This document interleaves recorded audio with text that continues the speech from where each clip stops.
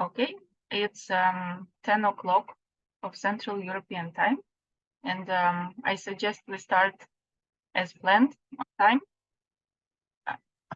Good morning, good afternoon, good evening, everybody. Thank you very much for joining us from wherever in the world you are, and apologize Zin for the very early hour mornings for some of you. On behalf of 3 agencies, WHO, IAEA and IARC, it's my pleasure to welcome all of you to our webinar dedicated to cancer in crisis. I would like to introduce you all to our moderator, Dr. Susanna Stanley, who is a medical oncologist based in the UK and who has kindly agreed to lead this session 1 today. Without further ado, I give the floor to you, Susie. Please start. Thank you very much, Julia. Welcome to day 3 of London Global Cancer Week 2023, to this session, Cancer in Crisis, from Conflict to Commercial Threats, Understanding the Lived Experience and Commercial Determinants of Cancer. So the first 2 hours of this session are going to be about cancer and humanitarian crises. And with over 50 active conflicts in the world, never before has this session been more important. Thank you to the UN agencies, the WHO, IARC and IAEA for hosting this important session. The session is going to be recorded, and if everybody can put their microphones on mute when they're not talking, we would be most appreciative. The programme is going to feature an array of experts from these settings, ranging from WHO county offices, leading humanitarian organisations and healthcare professionals on the ground and from diaspora communities. The first hour is going to be with remarks from these various organisations, and then we're going to break at about 10:20 GMT before we have a moderated discussion by Professor Richard Sullivan. I'd also just like to finish by saying that our thoughts during the session and beyond are with everybody affected by armed conflict around the world, and we're also particularly thinking of healthcare professionals and employees of humanitarian organisations who take huge risks in serving humanity in these settings. So I'd like to start by asking Dr. Bente Mikkelsen, Director of Non-Communicable Diseases in the Division of UHC and Communicable and Non-Communicable Diseases at WHO headquarters, to give some opening remarks. Thank you, Bente. Thank you very much, Susanna. Good morning, everyone. And it is a very special day. I think we just went out of 1 minute silence for all the lost lives among health workers working for the UN in the current conflict in Gaza and Israel. So it is really hard and a tough time, and a time where solidarity will be the most important. So, dear colleagues and friends and advocates, and thank you again for the host London Global Cancer Week for inviting the UN agencies to organize this session. And before beginning, I would like to express my appreciation for the dear partners within the UN agencies. Thank you, Dr. Weidepas from IARC and Dr. May Abdel Wahab and Lisa Stevens from EIA. There is one message for the session today, as I started off with it as well, and this is the message of solidarity and collaboration that can drive us from crisis to health. Nearly 8 months ago, we proposed the title of Cancer in Crisis for this event. It feels more and more appropriate with each day passing. The state of the crisis in cancer is not new, and I want to go a little bit back before I address the current situation. For more than 50 years, governments identified the threat of cancer poses to public health and social stability. The cancer burden continues to rapidly increase in spite of decades of public health knowledge about what causes cancer. Against good efforts, cancer has still emerged as a leading cause of premature deaths in more than 120 countries, and inequalities between and within countries has grown. Many have hoped that the end of COVID-19 pandemic would herald a new era of improved health and stability. I would say the awareness among member states on NCD and cancer has definitely both improved and are tangible. But still, we haven't seen the progress that we were hoping for. But we now better understand the intersectorality between cancer and diverse factors, from war, gender inequalities, and climate change and other risk factors as well.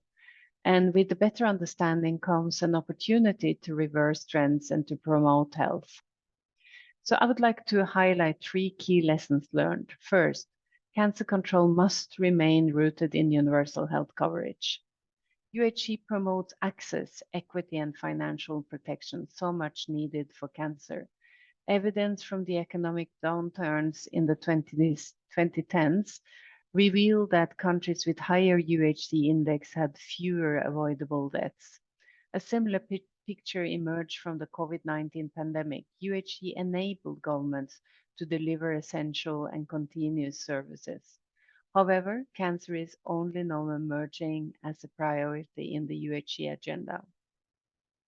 At WHO, we just reviewed the benefit package of every country. Only 1/3 currently included the best buys of cancer control. Lessons from the past have shown that times of political, social, and economic crisis are opportunities to invest in health and in cancer. So now it's the time. Over the past 4 years at WHO, we have worked with 20 countries to include cancer in their UHC benefit packages. Second lesson learned, cancer is an essential service, even during times of crisis, and we must protect and enable those providing care. The COVID-19 pandemic was a magnifying glass, revealing and looking at the inequities. Cancer was among the services most disrupted, both for diagnostics and treatment. And the oncology professionals faced the consequences with rising rates of burnout, particularly among women and those in their early careers. We must plan to protect cancer services and the cancer workforce. The final lesson is the partnership and global initiatives and driving the way forward. In the cancer community, we have shifted our approach from do-it-alone philosophy to joint coordinated efforts. And there are countless examples. I would like to use a recent one. So the collaboration in Ukraine and Gaza to evacuate people affected by cancer, jointly researching and sharing best practices to protect the cancer community from the effect of COVID-19, and also developing global programs of work focused on small island states to reduce the negative impacts of climate change. There has been great progress for partnership in cancer. In that regard, I would like to thank each of you. The work of WHO and our 3 cancer initiatives in cervical childhood and breast cancer have been greatly accelerated because of more than 300 organizations. Together, we have supported more than 70 countries in the past 3 years through crisis. Together, we have acted to protect the cancer community from the threats of COVID, war, climate change, and commercial determinants. And we have done it by keeping people affected by cancer at the core of the work. There are very challenging times, but we look to a brighter horizon. Together, we can and we will do more. Thank you for your support to WHO and the UN agencies, and thank you for joining us today. Back to you, Susanna. Thank you very much, Bente. I'd now like to invite Dr. May Abdul Wahab, who is the Director of the Division of Human Health at the International Atomic Energy Agency in Vienna, to give her remarks. Thank you, May.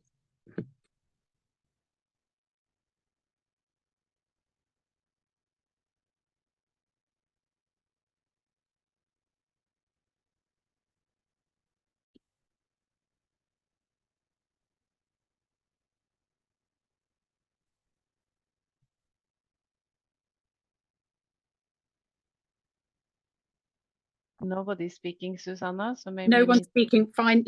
Can we please move on to Lisa Stevens? Lisa, if you're there, I'd like to introduce you. From the IAEA, you lead the Programme of Action for Cancer Therapy, PACT. If you could give your remarks at this point, we'd be most grateful. Sure. Thank you so much, Susie, and thank you, Bente, for those opening remarks to start off this session.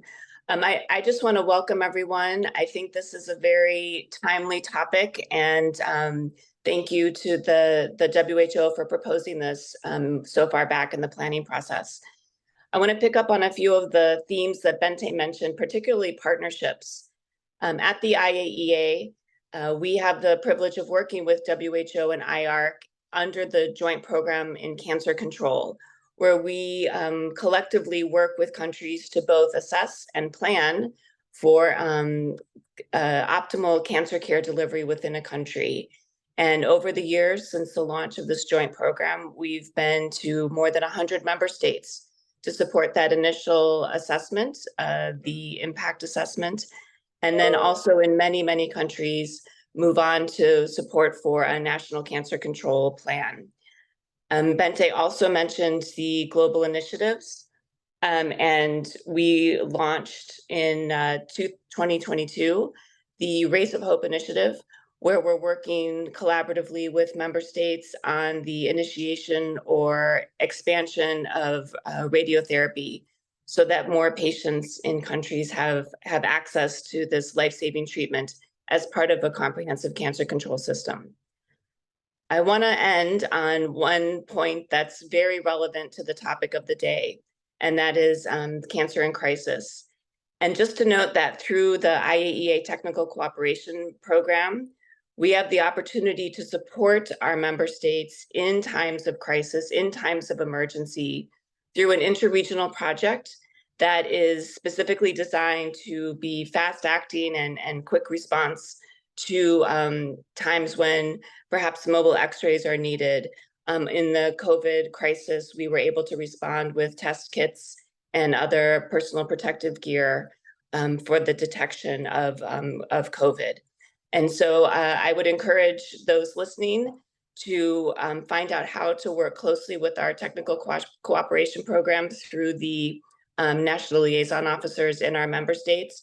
Because again, in the times of crisis, it's important to know that there are entities like the UN who stand ready to support.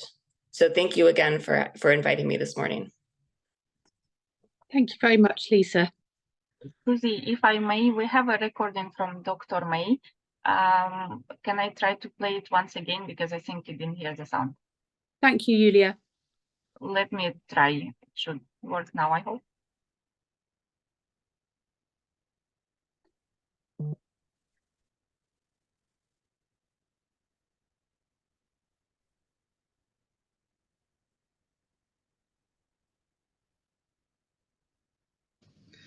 Distinguished friends and colleagues, as Director of the IAEA's Division of Human Health, I'd like to thank the WHO for hosting this event and Bente Mikkelsen for inviting me to participate, as well as the London Global Cancer Week and Mike Lodge for making this possible.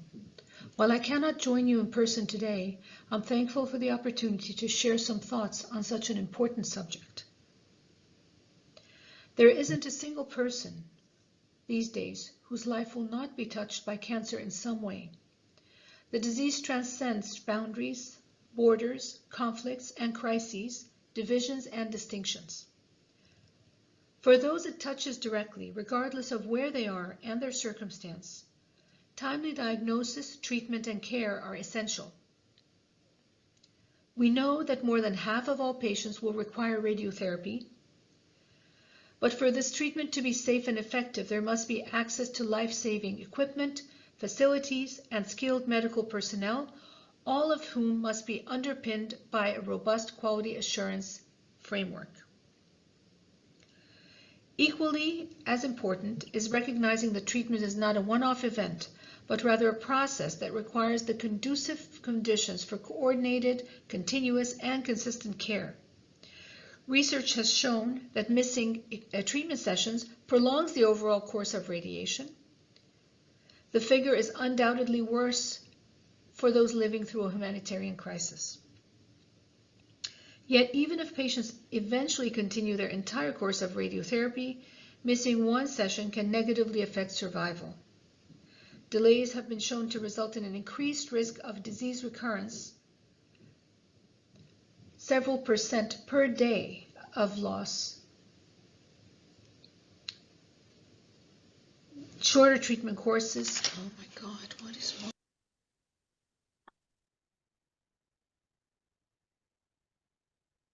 Okay, Susie. Okay, so I would now like to invite Dr. Elizabeth Wilder-Pass, the Director of IARC, to give her opening remarks. Thank you, Elizabeth. Thank you. Good morning, friends, and thank you, Dr. Bente Mikkelsen, for inviting us and for the London Global Cancer Week for organizing this symposium. I'm honored to speak to you as we embark in the London Global Cancer Week, a crucial gathering to address the profound challenges posed by cancer in the face of crisis, both conflict but also commercial nature. It's imperative to address the unique intersection of cancer and humanitarian crisis. The fragility of healthcare systems, the disruption of vital services, the displacement of communities, the scarcity of resources pose unprecedented challenges to the prevention, diagnosis, and treatment of cancer. We are confronted with the stark reality that amid chaos and displacement, individuals affected by cancer face with limited access to essential medicines and health services, cancer screening and diagnosis, and cancer treatment. What's often hidden is forgotten are the indirect deaths from cancer when treatment is abruptly stopped, knowing that a 4-week delay in treatment is associated with an increasing mortality across almost all common forms of cancer treatment, with longer delays being increasingly detrimental, and this will cost countless of lives in the coming years. The United Nations agencies play a crucial role in shaping the global response to health crises, and by focusing on attention on cancer and humanitarian crisis, we aim to elevate the urgency of this issue on the global agenda and foster international collaborations to ensure that the fight against cancer remains steadfast, even in the most challenging circumstances. In the next days, we will share best practices, data, insights, and strategies, and we will explore avenues to strengthen health systems, facilitate access to treatment, prioritize the needs of the most vulnerable, and ensure that cancer remains a priority in the midst of crisis. In closing, let us remember that our work here goes beyond individual organizations or nations. It is a commitment to the health and well-being of humanity as a whole. Together, we can make strides in mitigating the impact of cancer during humanitarian crisis and to ensure that no one is left behind. Thank you very much. Thank you very much for that. We're now going to move on to a session entitled What Are We Doing Right and Wrong? I'd like to invite Dr. Slim Slama, Unit Head for NCD Screening, Diagnosis and Treatment at the WHO. Thank you, Slim. Thank you very much, Susanna. Good morning, distinguished participant, directors, dear colleagues. This is a call from Mexico City, 3 o'clock in the morning, but this is so important that I couldn't say no when I have been asked by the team to give this presentation. I don't have access to the screen, or I cannot share my screen, or now I can. So let me know if you see my slide. Yes, Slim, it's good. And is it in full mode? Not yet. Yes, now it is. Oh, okay. Thanks a lot. And indeed, when I saw the question, I don't know who coined the question for this session, but what are we doing right and wrong? I was not expecting that I will start where Bente, my director, start. I think it's difficult to start and not to say that we failed. Every time that we are unable to protect patient, the most vulnerable one, unable to protect healthcare facilities, healthcare workers, ambulances, we failed.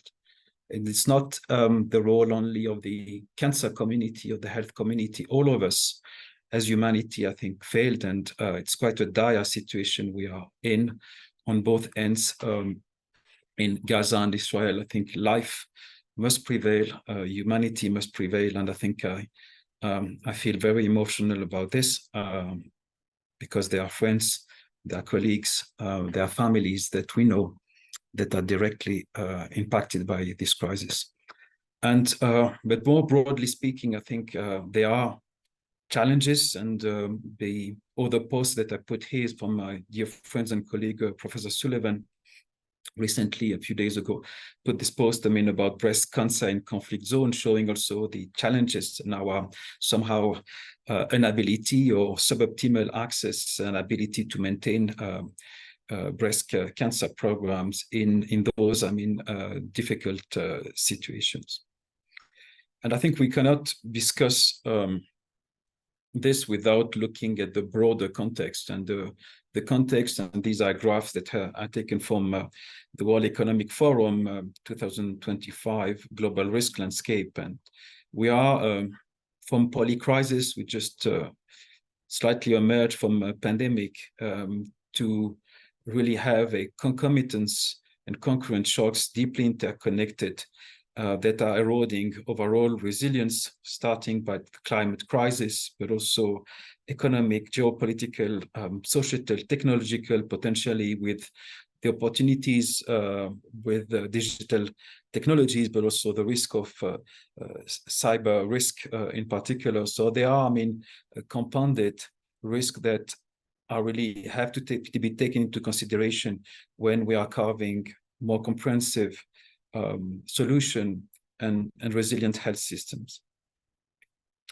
My director already mentioned it. I think the burden of cancer is acknowledged in some of the region, like in the European region. It's even supersede cardiovascular disease to some extent as a leading cause of premature death.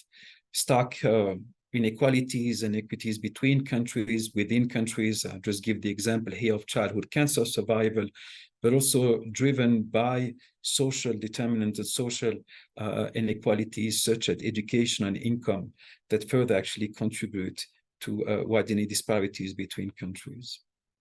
So why cancer and NCD? Because I think we cannot separate the discussion, and many of the NCDs share some element of vulnerability, but also of the importance of addressing them in humanitarian crisis. First, because this is the first cause of death, and the burden is increasing, especially in low and middle income countries. But also to look more, this is a bit my perspective with this presentation, is that as an NCD and cancer community, we tend to look at that aspect, but the ability to also understand the narrative, the language, and the framing of humanitarian emergencies, I think, important.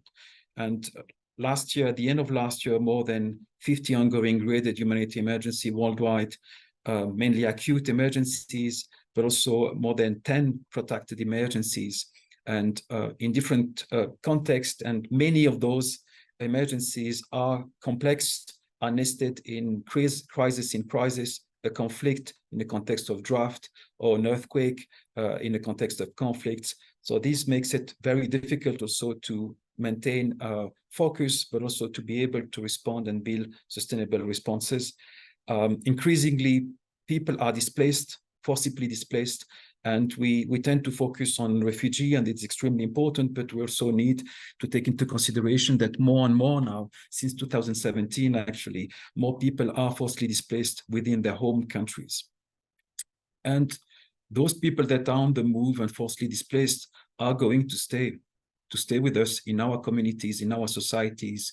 And whether refugee or internally displaced, the average time of displacement is now almost, 20 years. So the specific vulnerability, and some of the points have been raised by our directors, are related to the direct impact of any type of crisis by the trauma it caused, by the casualties, by the forced displacement or the compromised livelihood. When it comes to cancer, we know, and many of the colleagues have already highlighted it, whether for radiotherapy or other treatment, it requires the integration of multimodal mode of treatment, surgery, chemotherapy, radiotherapy, targeted therapies. All this can be disrupted during a humanitarian crisis by the destruction of health facilities, non-operational infrastructure, public health measures, limited also access, as we have seen during COVID, the absence or exodus of medical staff, the lack of diagnostics, materials, medication, technology, insufficient funding to procure them or to maintain maintenance. And all these lead to reduced or interrupted access to healthcare services across the continuum from screening to treatment, including palliative care. Often out-of-pocket payment is increased. Treatment abroad becomes a necessity with a lot of difficulty, as you will see in this presentation.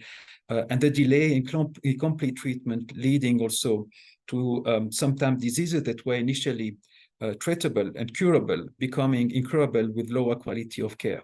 So as my director mentioned, humanitarian crises tend to magnify not only the risk for people, but also pre-existing weaknesses and the inability or pre-existing inability of health system to cater for the needs of people with cancer.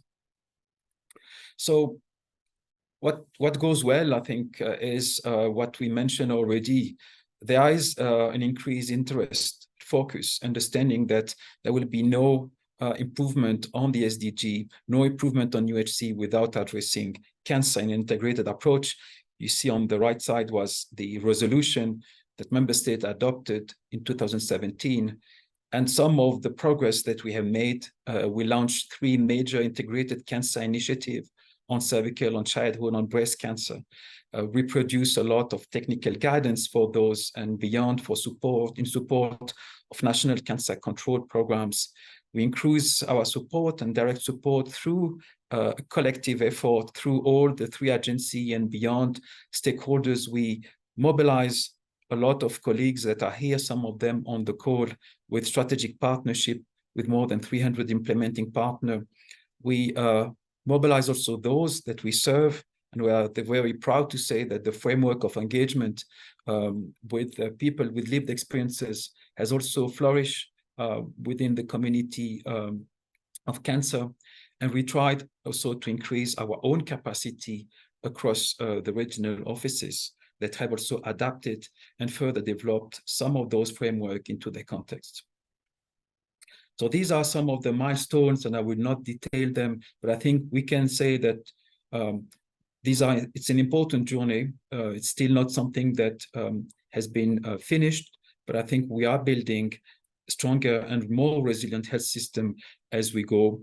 And my focus perhaps for this presentation, as I mentioned, is less perhaps on what we know as a cancer community, but more as maybe humanitarian responders, as people that need to be concerned about emergency preparedness and response as part of the agenda of building resilience. And Bente mentioned this in her remarks, that UHC remains central, particularly during systems are put on threats, during economic crisis. And in this graph, we show that the mortality in countries with have adopted UHC approach in terms of cancer mortality is better than those that have not invested in cancer, in benefit packages where people can get access without having to face financial catastrophe. And as you will see, in many of the lower income countries still, those systems are not in place, which means that when a crisis hits, the impact on the population is higher as worse. And we mentioned that the UHC index, the proportion of countries that have public centers and cancer centers are some of the factors of prediction of better outcomes. Here's mortality rates for cancer. This is a paper that we wrote a couple of years ago with the colleagues that are, some of them are here on the call, showing the suboptimal level of cancer care that pre-exists in many of the fragile and conflict-affected countries, unfortunately. And this is something that have an implication when those crises in particular last over time.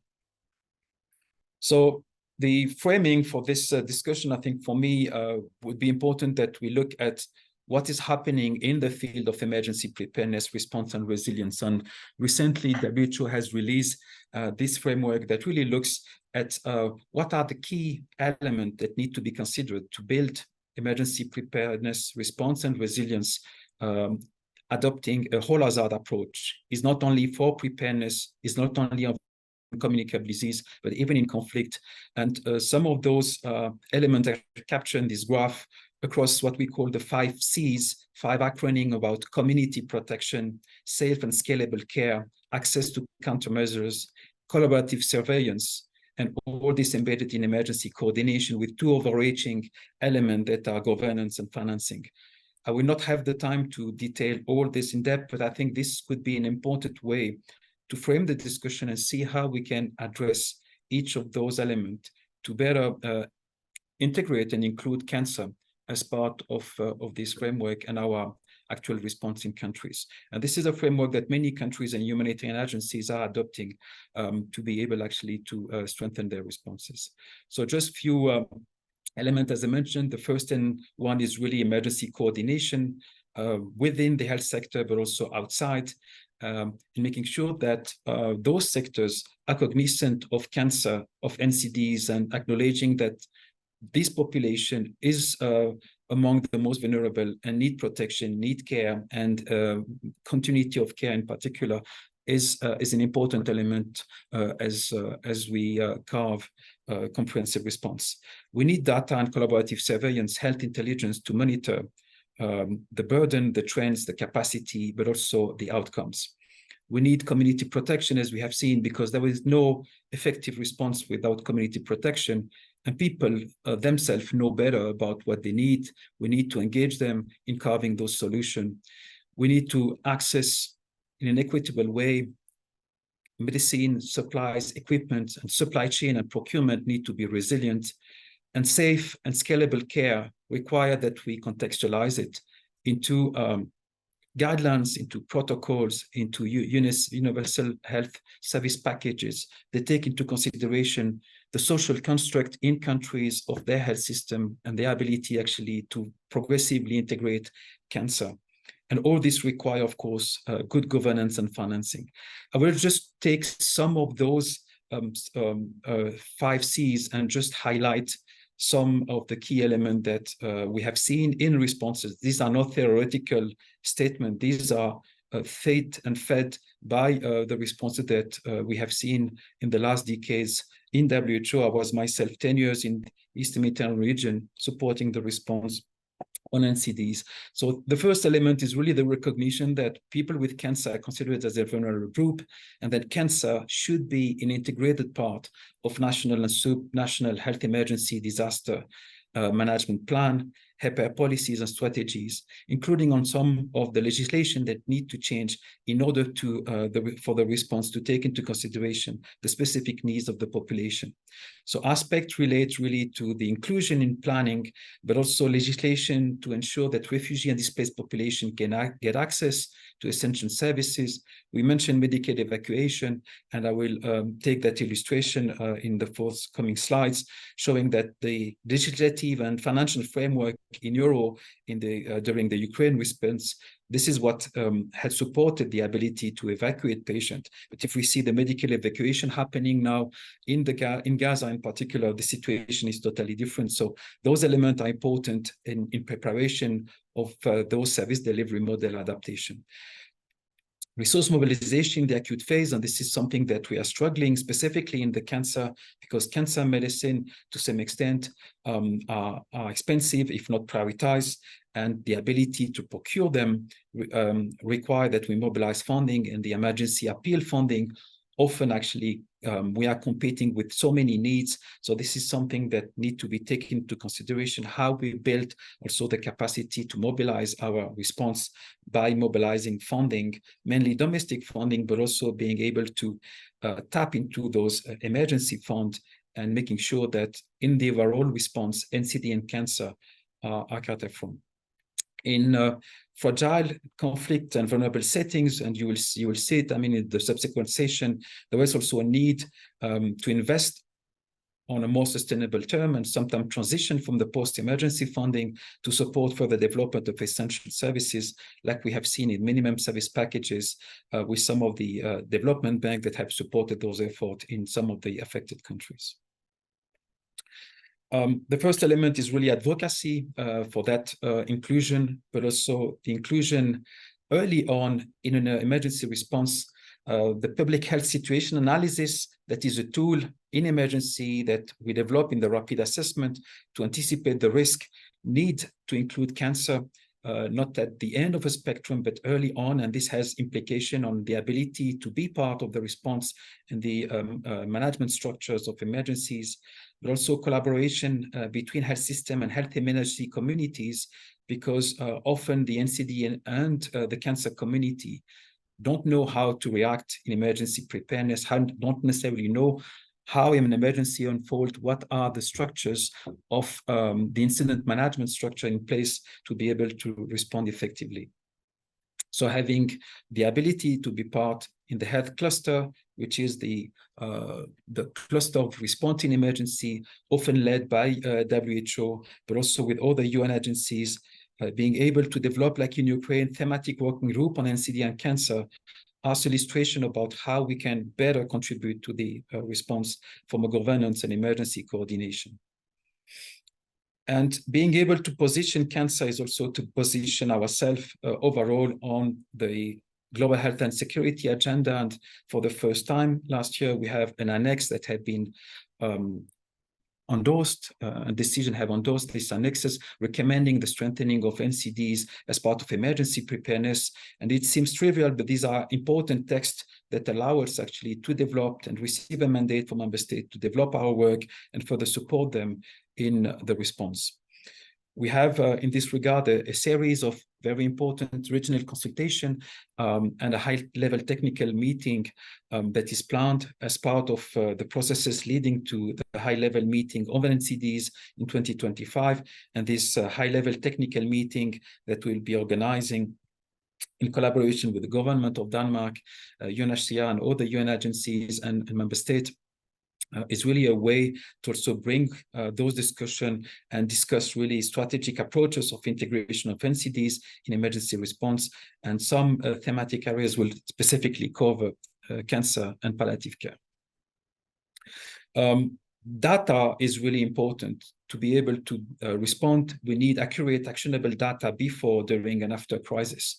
It is not just about collecting data. It's very difficult sometimes in conflict settings, in the phase of acute emergencies, to collect data. But a lot of the data that we have, including cancer registration, pre-cancer data, is not used enough to inform the response and the preparedness. But also mapping of cancer services provision before a crisis or as a crisis evolve, with some of the tools like the HERAMS tools that we use in emergencies, allow us also to understand and map out where are the centers, what are the functionalities, what are the stocks and supply for cancer medication in order to carve the response. And as you will see in some of the illustration throughout this presentation, and I would like to thank all the colleagues, researcher and academic, that are part of the discussion, is that the research can also inform, and research in humanitarian setting is a very peculiar area of work. And I think some of the network that have supported this, like the research for health in conflicts, have been extremely important in also addressing the how-to and what are the challenges that we are facing in carving those responses. This is just an example of the importance of being able to use research, but also to get the data about mapping of cancer services. This was a paper that some colleagues have done on Yemen, Sudan, and Iraq and Syria, showing, the difficulties sometimes of maintaining those services and the availability of services in neighboring countries, and the challenge that it takes to maybe evacuate some of the patient and having those treatment abroad, but also being able to locate early on where the centers are, including for radiotherapy centers like in Sudan, the cancer center, and being able to adapt our response based on the functionality or the mitigation measures that are taken where centers are destroyed or being affected and not operational anymore. The second element of these C's is the patient with cancer and communities where they live should be meaningfully engaged in decision-making. And we have seen it during the crisis, with the pandemic crisis, how the mobilization of communities has been important in terms of risk communication, building trust, but also in response and being able to adapt the services according to the needs. And this is not tokenism, this is co-creation, and it requires that we embed this in our response. Access to countermeasures, and I think cancer require a set of regimen require essential drugs, supplies, equipment, as we discussed, and many of the supply chain are disrupted during emergency, acute or protracted. A lot of the maintenance is not sustained. So there was an importance to also get an intelligence of the market, of the procurement analysis before the crisis, identifying also the list of essential medicine regimen.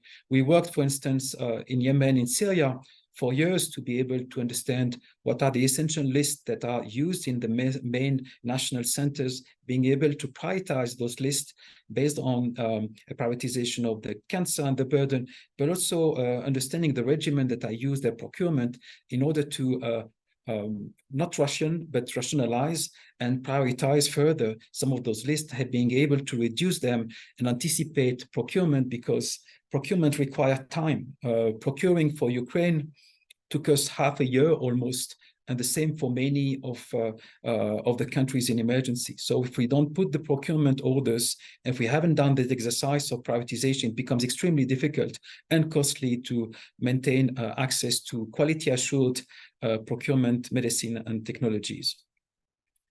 And some of these elements are illustrated here. I will not go into the detail of this. It's just some of the papers that have been developed after the Ukraine crisis, showing also the spillover effect of many of those crises on neighboring countries. And we have seen it with Ukraine in particular, both in terms of drugs, but in terms of capacity to absorb refugees in need of treatment in Moldova, in Poland, in all the neighboring countries.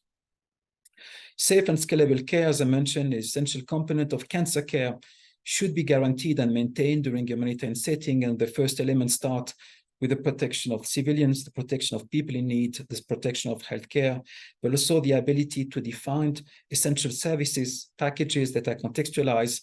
And as Richard Sullivan put in his paper on breast cancer, being able really to have SOPs, contingency plan in situation where those services are being interrupted by the crisis, and being able also to raise awareness and build capacity of health workers, including the oncology community. And it's really a plea to understand better how we do it in emergencies, and maybe mobilizing some of our colleagues on emergency medical teams. We have very little people from the NCD and cancer community that can be deployed to inform, not necessarily to provide care, but to inform how care is being delivered during emergencies. And I cannot say that the content of care also is critical.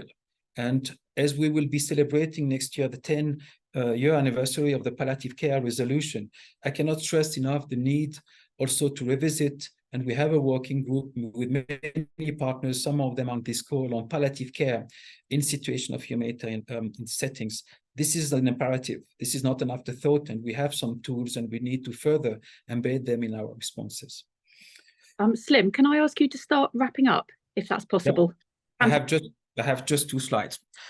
One aspect is also the service delivery model and the framework. As I mentioned earlier, I think if we were able, and some of the partners like St. Jude, like Safer Ukraine, have been really supportive in being able to evacuate children with cancer in Ukraine, and more recently, children with cancer in Gaza.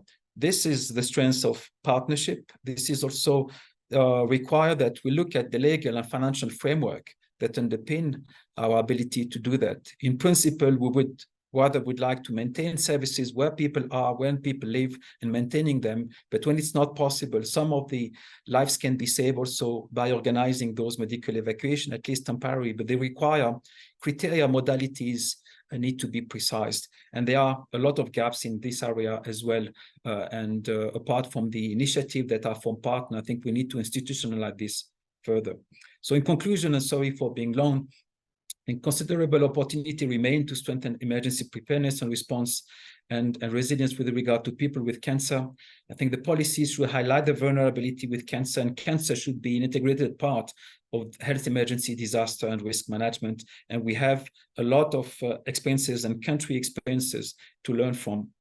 Priority action should be around those 5 core components that are highlighted from the APER framework, tailored to the cancer, and offer opportunity to contribute, and we can as a community contribute to health emergency preparedness and response effort while addressing the specific needs of people with cancer.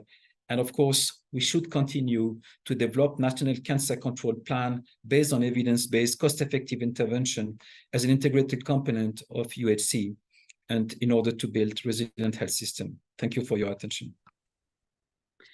Thank you very much, Slim, for that comprehensive overview. It gives me great pleasure to next call upon Dr. Michaela Serafini, who is head of the health unit at the International the Red Cross since 2021. Thank you, Michaela. Hello, everyone. Thank you very much first for the invitation. I hope everyone hears me. If someone can nod. Yeah, yes, very well. Good, great. So first, I would like to thank everyone for the invitation for such a special event, and having the ICRC being present means a lot to us. I don't have a presentation, and I'm going to modify it a little bit my speech based on everything that Dr. Salama has said so far, so that we don't repeat each other. But it's true that what I would like to do here is mainly shed some light on the challenges dealing with cancer in conflict settings in particular. And even though we had a comprehensive presentation before, I would like to distinguish certain aspects that might just complement what has been said. So in that case, ICRC, obviously working in conflict, that is what we do. Now, we do know that when working in conflict settings, we are already in settings where the health system is quite fragile, not everywhere, but in most places where the ICRC is, are conflict settings, and there is where the health system is already put in a fragile situation. Now, when the acute phases of conflict erupts, that health system is put under a lot of pressure. The demands are increased, and the system is not necessarily benefiting either from the conflict dynamics nor from the environment that it's developing in that specific setting. So we know already, and we have witnessed it for some time now, that the health structures become a target. The workforce, when it comes to health, become a target as well. We know that the access becomes extremely conflict for people and patients. We know that embargo doesn't facilitate the importation of medicines or specific basic needs. We do understand also that people are displaced, and in those people being displaced, part of the workforce will be displaced as well. And all of it makes the health system in much more difficulties to cope with the needs in particular. So that is the state, that is what we find when we get into, or when we work in these conflict settings. Nothing becomes easy. Now, for chronic conditions, things become even worse. Here we have people that are dependent of the health system in its regularity. And that is what is disrupted when an acute phase of conflict comes in, is the regularity in which this health system is able to provide services to those most in need. And in that without that regularity, obviously patients will be extremely affected.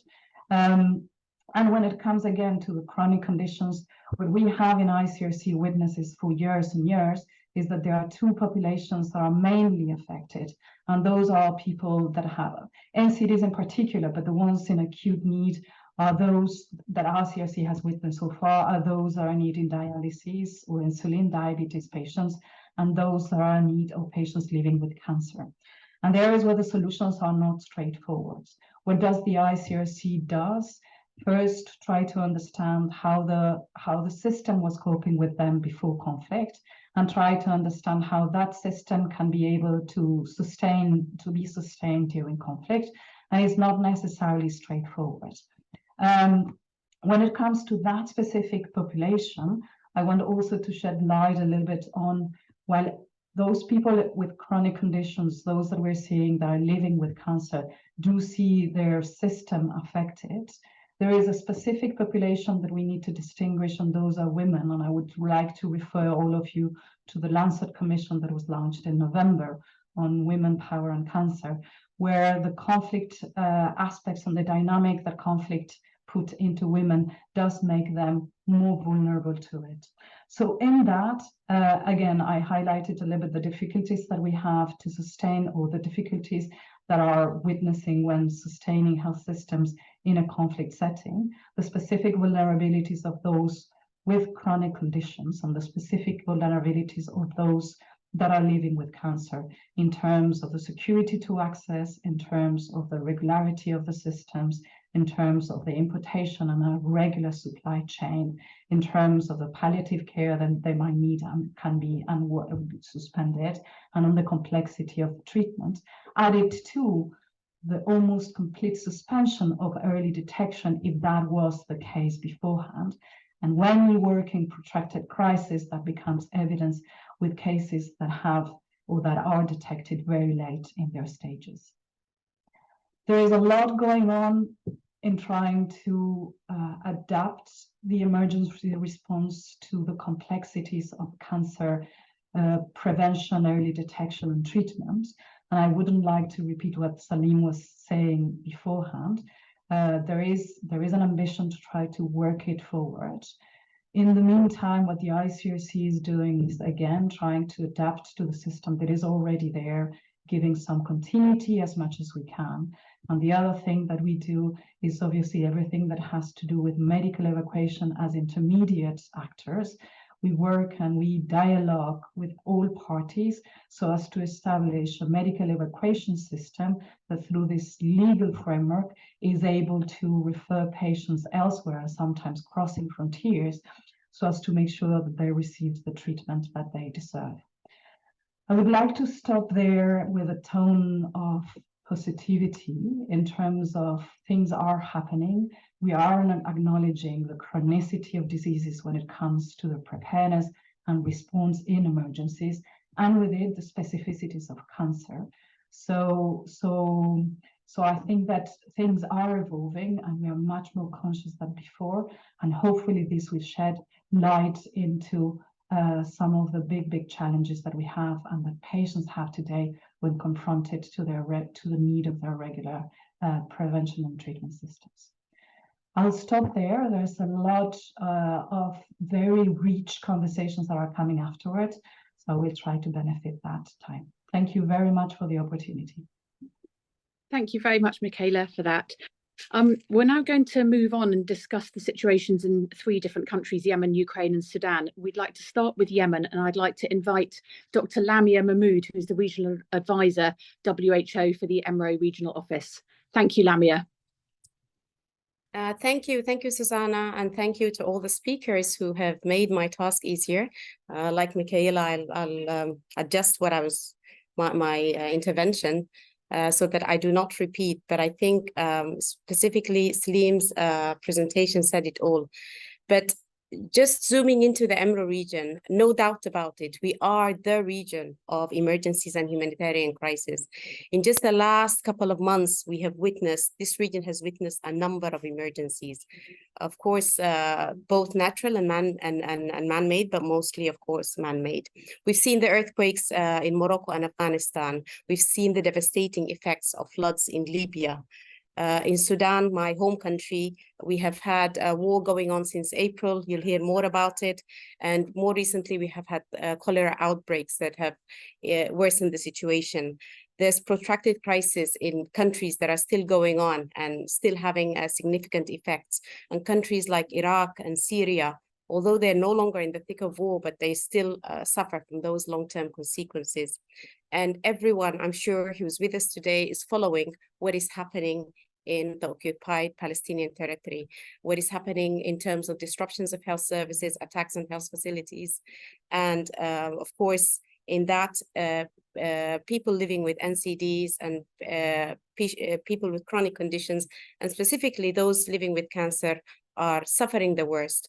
not only because of all the challenges we've heard in relation to supplies, disruptions to supplies, non-functioning facilities, but also because in these situations we see that cancer becomes at the lower end of the list. It's not prioritized. People are, of course, at that moment, and that's understandable, concerned about shelter and food and infectious diseases and outbreaks. But then even when the conflict continues for a longer time, there is no specific time when we say it's time to think about cancer patients or it's time to prioritize that. So and we've seen that the situation can go on for a long time. So just taking the example of Syria, with the outflux of and the exodus of care providers, some areas have remained for long periods of time with only one oncologist, for example, serving more than 500,000 population. So it doesn't end with the acute phase, but the problem of services for cancer patients continues. Everything has been highlighted, I guess, in terms of these disruptions, but I just want to also alert that we see discrepancies even across countries, where you see that, for example, in the besieged areas, the situation would be worse off than in other parts of the country. There would be issues with importing medications and due to restrictions on these aspects. And we've seen that during some of the impact missions that we have conducted jointly with IAEA and IARC in some of these countries. Preventive services, they become a luxury. Screening, even if it was established before, is of course no longer possible due to more pressing issues. And then also because of absence of some of these services, we see that they resort to other services. So for example, due to absence of radiotherapy, you find that there is more resort to surgery, even in cases where the outcome would have been equally effective in both, for using both procedures. I just also want to highlight what has been mentioned by Salim in terms of evacuating patients. It sounds easy, but I just want to share that it requires immense coordination, and some of you already know that. The process recently for Palestine to evacuate children with cancer is a result of a huge effort from all parties involved, daily discussions just to make sure that we get the safe passage of these children out of Gaza into Egypt and Jordan. And I just take this opportunity to thank all those who have made this possible. So just to end and give the floor to my colleague from Yemen, I just want to say that there are also some positive aspects. It's always good to end with a positive note. As we talk now, in HQ, they are discussing, WHO is discussing work around health as a bridge for peace through the Health for Peace initiative. This is a WHO-led initiative that was launched in 2019 to help or to assist in realizing this, and has different work streams to ensure that we look at health as a bridge for peace. As has been said by Dr. Tedros, there cannot be health without peace, and there cannot be peace without health. And we look at this opportunity to help support those initiatives, these areas, especially that this initiative was initiated and led by this region. Also, for us in the Eastern Mediterranean region, the recent regional committee endorsed a framework for addressing NCDs in emergencies, which of course includes cancers, and we look at that opportunity to strengthen that component within the work we do. The WHO global initiatives, we have started working on them, and for example, the global initiative on childhood cancer is being implemented in many of these countries that are in crisis with the support of St. Jude. And I think this is a great opportunity to show that even within these settings, we are able to show good success and good progress in some of these areas. Also, with the disintegration of services and disruptions to services and disintegration of social structures, we are now trying to work more on people living with NCDs at the community level. This is an initiative that WHO will be working on through 2024, and we hope to try to support those social structures so that they're more supportive to people, given that they're no longer able to access health services, or even that is limited.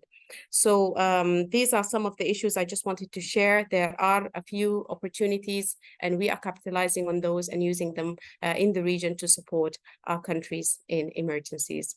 Thank you, Susanna, and back to you. Thank you very much, Lamia. Can I at this stage just remind everybody to put any questions they have in the chat, and hopefully we'll have time for a few questions at the end. I'm delighted to next invite Professor Gamal Abdul Hamid from the University of Aden in Yemen, who's the General Director of the National Programme of Cancer Control in Yemen. Thank you very much.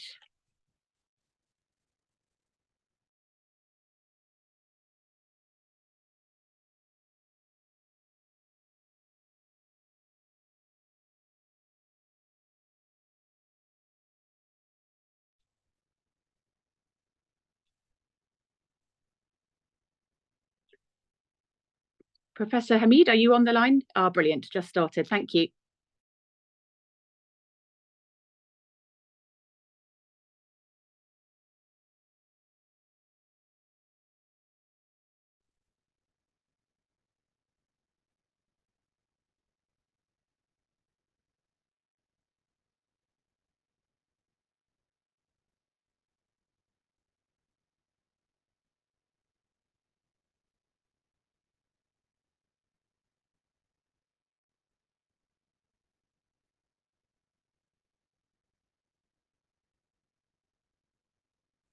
Yulia, we've got no audio.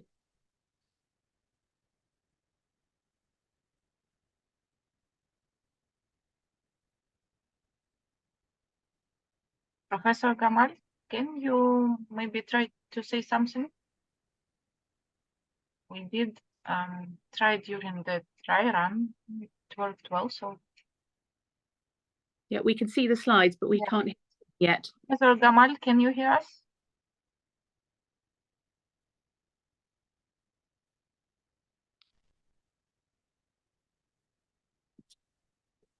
Yulia, should we move on to the Ukraine session and come back to Professor Gamal? Maybe you could have an offline discussion. If you would like that, Susie. Yeah. Okay, so at this stage, can I please then introduce Professor Nelia Metnichuk, who's the Programme Director and President and CEO of the non-profit organisation Global Medical Knowledge Alliance. Thank you.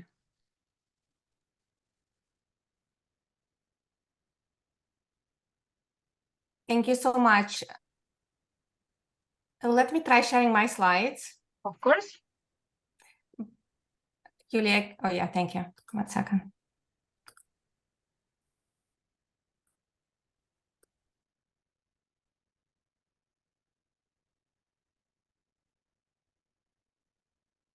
Okay, so thank you so much for the opportunity to give this talk. I'll try to go quick to catch up on time, but I'm Nelia Metnichuk, colorectal surgeon at Harvard Medical School and also founder of Global Medical Knowledge Alliance, nonprofit organization focusing to provide to improve medical care in Ukraine and globally through education of physicians and patients, data analytics, and quality improvement programs. So we have been working in Ukraine even before the full-scale invasion has started, concentrating mostly on colorectal cancer management and screening, and trying to provide high-quality cancer care educational materials that are open-source, evidence-based, practical, written by experts in the field and translated into Ukrainian language. A little bit about cancer care in Ukraine even before the war has started. There was few issues with that, as in possibly other countries as well, but Ukraine suffers from late stage of disease and diagnosis, no national cancer screening programs, limited adherence to guideline concordant care that came out from our research based on colorectal cancer, limited health literacy of Ukrainian cancer patients, no mechanism for quality or safety concerns, lack of resources, and English language proficiency and access to high quality medical literature was very limited. And some of that we try to mitigate with our nonprofit organization. When the war has started, Ukraine has faced even fewer resources, targeted and destroyed healthcare facilities, displaced patients, both internally and externally, delayed operations initially, and I think they're back to more or less normal now, limited supply of chemotherapy that continues, destroyed and under occupation radiation facilities, old equipment, and just 3 PET scanners in the whole country.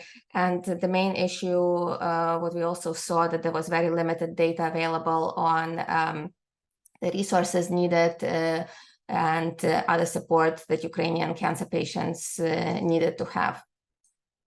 So we actually performed a couple of surveys focusing on patient experience with cancer in Ukraine. The first survey we have done online utilizing social media of our partnered organizations that are patient advocacy groups, and the second one that we just completed this October and still finalizing analysis of the data is in person at 4 cancer centers in Ukraine, focusing in a center of Ukraine and the east part of Ukraine.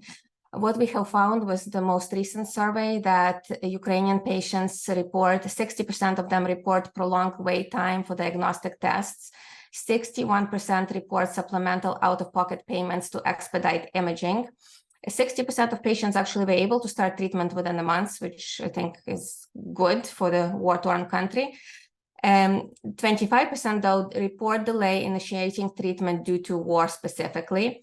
11% report treatment interruptions due to war, and in Kharkiv, which is closer to the front lines, 23% of those patients report those interruptions. And 30% of Ukrainian patients report need to cover the cost of instruments, supplies, and medications to supplement their cancer care. Couple of things that came out from our initial survey, that systemic therapy shortages across Ukraine continue to pose challenges to high quality cancer care. Access to immunotherapy and targeted therapy remains very limited. A large number of patients pay out of pocket for their cancer diagnosis and treatment despite universal health insurance. And a large number of patients moved within Ukraine and abroad to be able to receive cancer care as compared to displacement as a result of war. And no surprise that more delays were happening in the south and northeast, closer to the front lines. We also try to look a little bit on quality of care, of cancer care in Ukraine. This is the area where it is very difficult to obtain data. Our prior work before the war shows deficiency in guideline concordant care in colorectal cancer, and I am sure it's happening in other cancers as well. We tried to do another survey focusing a little bit on cancer surgery to see which showed limited and variable use of preoperative operative safety protocols, very variable surgical practices, long hospital stays, issues with sterilization, and very limited utilization of enhanced recovery principles. Couple of things we as organization are doing to mitigate and help. We are partnering with Ukrainian eHealth and Ukrainian stakeholders to provide analytics utilizing the data that's already being collected by eHealth and trying to utilize that to analyze cancer care in Ukraine. That's a work in progress. We also continue supporting Ukrainian physicians and patients with high quality educational materials and have published large number of them and translating them into Ukrainian language. We have a couple of courses that we are currently running. We are providing opportunities for Ukrainian physicians, both in cancer fields and non-cancer fields, to come to the United States for observerships and training opportunities. And those are very, very important because majority of them are able to bring a skill back that they can implement in Ukraine. And another thing that we would like cancer community throughout the world to join us in, we created a Heal UA mobile app to connect Ukrainian physicians with each other for peer-to-peer consultations and their colleagues abroad. And I think this app is not just applicable to Ukraine. We'll try to expand it to other conflict areas or low resource settings, so other countries can utilize this resource. And we are trying to implement few quality improvement programs focusing right now on cancer surgery and safety in that regard. And I would like to call you to collaborate with us, both in the capacity building and quality improvement work. I just want to echo all the speakers before me that cancer care in a conflict setting is very important. It is a forgotten child, and people might pay less attention to it, but we have to continue helping Ukrainian cancer patients and also cancer patients in other conflict settings to get the best quality care that they can. Thank you. Thank you very much, Nelia. So can I ask remaining speakers to try and stick to 5 minutes so that we finish on time? I'd like to next invite Professor Alexander Stokowski, who is the NCI from the NCI Ukraine, to come and give his remarks. Thank you. I am available.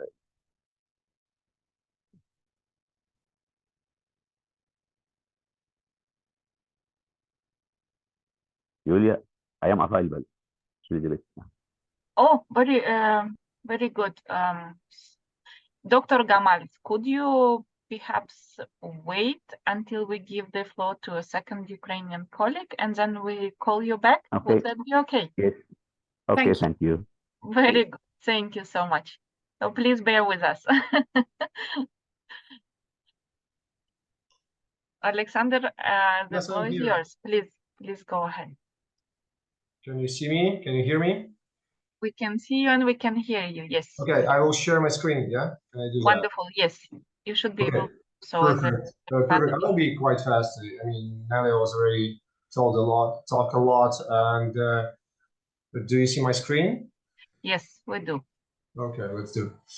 So I will give you some picture from inside from here. So I'm representative of National Cancer Institute from Ukraine, and yes, we have been quite central institution for cancer care back home before the war and during the war. And yes, I mean, we have a huge history of our institution, which I don't want you to go in. But basically, in terms of numbers, you should realize that before the war, we had at least 8,000 plus surgeries performed annually. We are central reference center for majority of Ukrainian cancer patients. National Cancer Institute is kind of like in the center, trying to monitor what's happening in the regions, with having its representative centers in every region, quite close communication between the centers, between the doctors, and organizing major conferences along the year, trying to control the quality. Plus, the major cancer registry is located on the basis of National Cancer Institute. So at the start of the war, the major issue was basically because of dislocations of many doctors. I mean, even in our institution, we have usually around 1,200 doctors, workers. Out of those, around 500 doctors. So out of those 500 doctors, I think at the beginning of the war, within the week, we had around 70 which were present at work. So obviously, many people left for the months at least. And this is a picture of Ukrainian cancer centers that were affected by the war. So those Red Crosses are those centers which basically were affected by the beginning in the violet zone, purple zone. It's those that were affected by 2014 start of aggression. And those down here is Kherson, Melitopol, Kharkiv, Sumy, and Chernihiv were affected by the beginning of war, because work in those centers was totally stuck in the beginning for at least 3 months. Kherson was released in a year ago, and the cancer care started to work a little bit less than a year ago. So basically, all those patients from eastern part of Ukraine with doctors, they moved towards the western part. So many doctors and cancer care patients found themselves by treatment in the western centers. Plus, obviously, we need to say a huge thank you to all our neighboring countries like Poland, Romania, Moldova, Hungary, Slovakia, and many more. Germany welcomed lots of Ukrainian patients, and they're still doing that. So nowadays it is still possible by our ministry to be kind of granted and to send a patient to another foreign country for receive specific cancer treatment option, which is not available nowadays in Ukraine. In terms of my institution, what I will say to you is that we probably stuck and were crucially affected by war in the first 2 months after the beginning. And after that, we started to ramp up. And I would say now, 2 years from the beginning, we are almost the same numbers we were treating before the beginning of the war. From our international colleagues and friendly organizations, we have lots of help from GMK, as Nala just mentioned, HUG, WHO, leading US universities and hospitals are welcoming our doctors for observerships, for fellowships. So, I mean, from educational standpoint, this war was basically crucial for us in terms of educating our doctors that definitely will use this education in future for treating of our Ukrainian patients. Lots of donations, lots of humanitarian help. This is what we can see from inside. Nowadays, it's maybe not that necessary anymore, but it's still lots of stuff is lacking because of war and because of logistics. On the other hand, Ukraine is changing its medical system, and we basically were stuck specifically in the center of this change, moving from those post-Soviet remnants into new, more guideline-oriented, more patient-oriented structure. And Ukraine is currently doing that. So we are transferring from paper electronic notes to electronic medical records. It's quite hard process of doing that, specifically because of war, but it's slowly getting there. And I'm quite optimistic about the change, specifically in cancer care, because right now there are so many simplified, let's say, obtaining of drugs, of new diagnostic systems, of new surgical tools that are coming into Ukraine.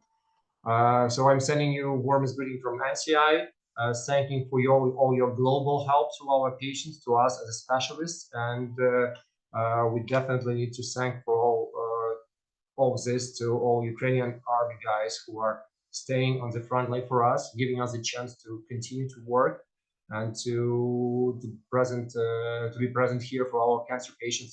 Sometimes for those who are not just able to move from Ukraine and to need to be having their cancer care here. Thank you so much. Thank you very much, Alexander, for that. I'd like to welcome back Professor Gamal Hamid from Yemen to give his remarks, please.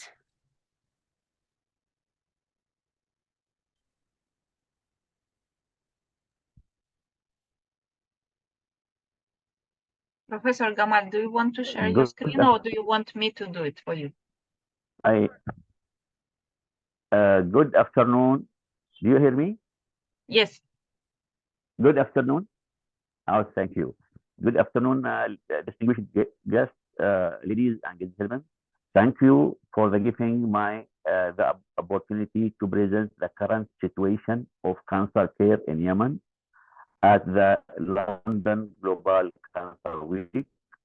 Today, I will shed light on the challenges faced by cancer patients in Yemen and urgent need for international support to improve the situation. The total population, okay, I can, the total, no, I can talk, okay.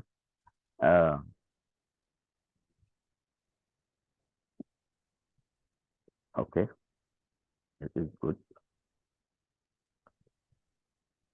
Okay, the Republic of Yemen is a large country with various climatic, topographic, and environmental conditions. Provinces are characterized by different social and genetic. Down.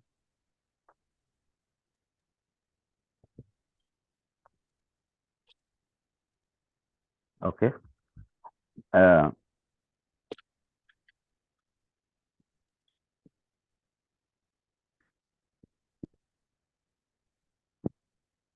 Next slide here. Okay. The total. No.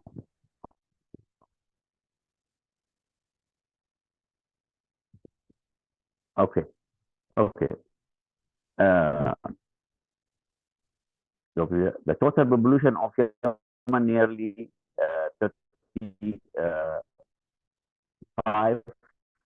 34.5 million at the middle year.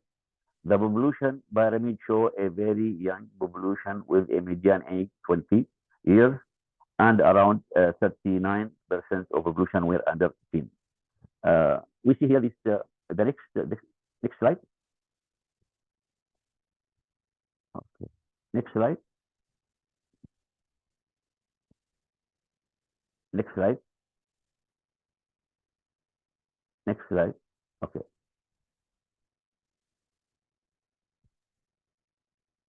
So this one about statistics, or next one about mortality rates? Okay. We see here the population living below the poverty is 48.5 during the estimation in 2021.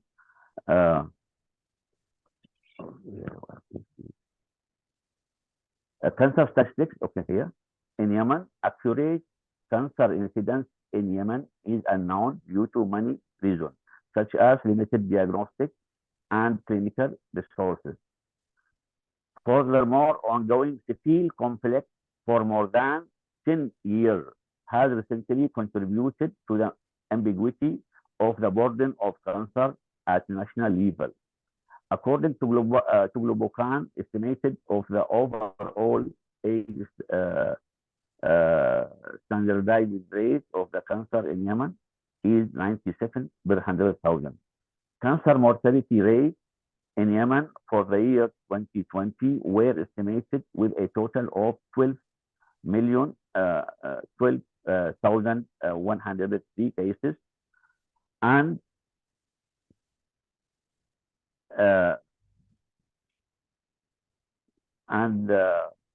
male show a slightly higher rate than female. Next slide.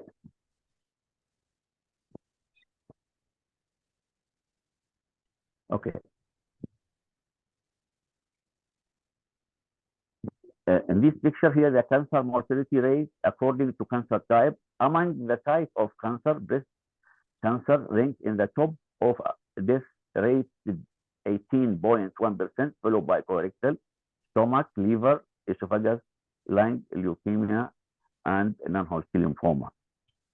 Yemen is currently facing a humanitarian crisis with ongoing conflict and a fragile healthcare system. The situation has significantly impacted cancer care in the country. Next slide, please. Okay. What is the challenges faced by cancer patients in Yemen? Limited access to healthcare.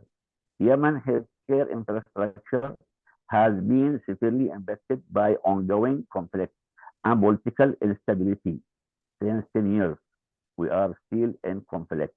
The lack of healthcare facilities, diagnostic equipment, and essential medication has resulted in limited access to cancer care for the Yemeni population. This situation has significantly hindered the provision of timely and effective treatment. The second challenge, high prevalence of cancer. Yemen is witnessing an alarming rise in cancer cases each year. Breast, colorectal, lymphoma, and lung cancer are particularly prevalent in the country. The burden of cancer is increasing, exacerbating the need for comprehensive and accessible cancer care service. Next, please. Next slide. Next slide. Okay. The first challenge is late-stage diagnosis. Due to limited screening programs and low awareness about cancer, a significant number of cases in Yemen are diagnosed at advanced stage, late stage, stage 3 and 4. Late stage diagnosis reduce the chance of successful treatment and survival, raising awareness about early detection and the importance of seeking medical help at earliest sign of cancer is crucial.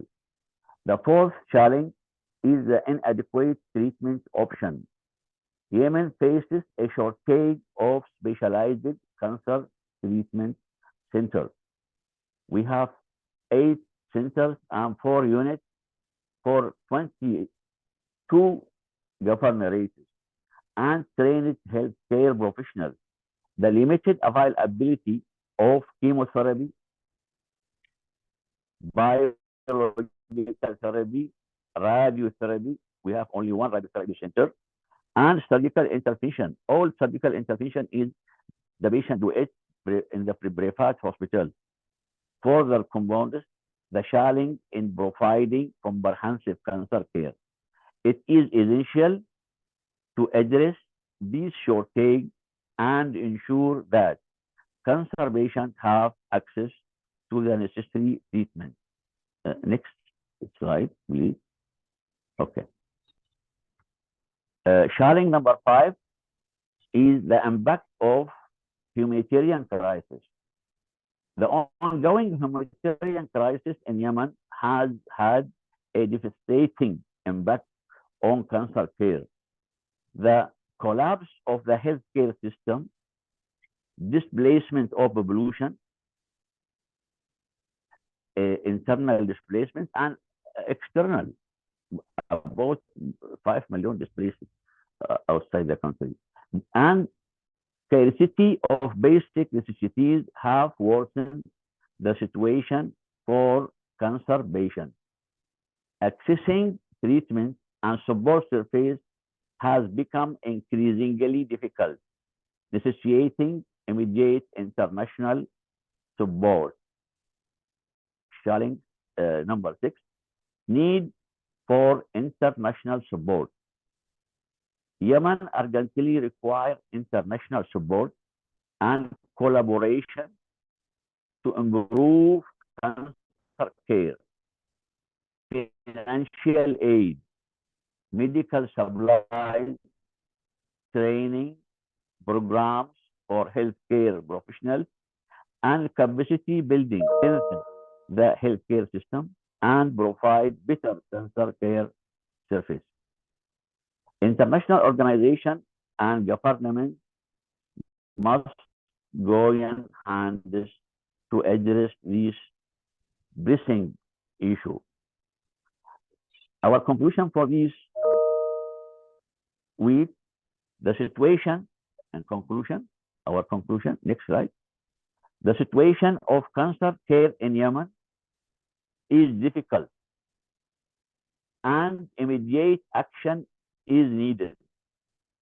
By highlighting the limited access to health care, high prevalence of cancer, late-stage diagnosis, inadequate treatment option, impact of humanitarian crisis, and the need for international support, we hope to raise awareness and garner support for the Yemeni cancer patients. Together, we can make a difference and improve cancer care in Yemen. Thank you very much.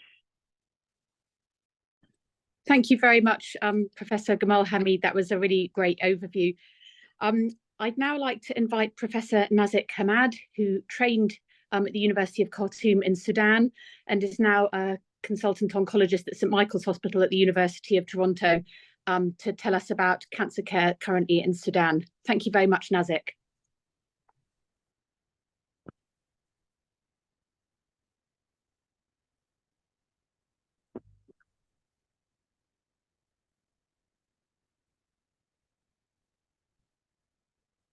Thank you so much for inviting me, and it's a pleasure to be here to actually representing my colleagues from Sudan who are unable to join because of internet issue. And I would like to address this, topic from a different perspective, as not as Sudan as an isolated country, but Sudan as a country that's really in central in Africa, surrounded by many African countries.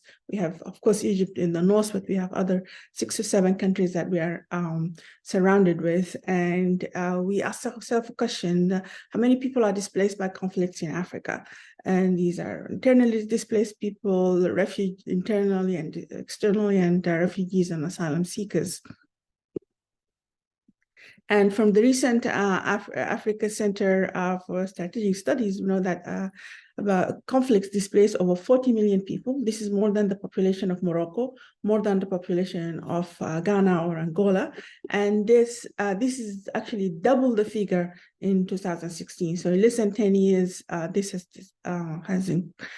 doubled. And we also know that more than 77% are internally displaced. And 96% of refugees actually stay in Africa.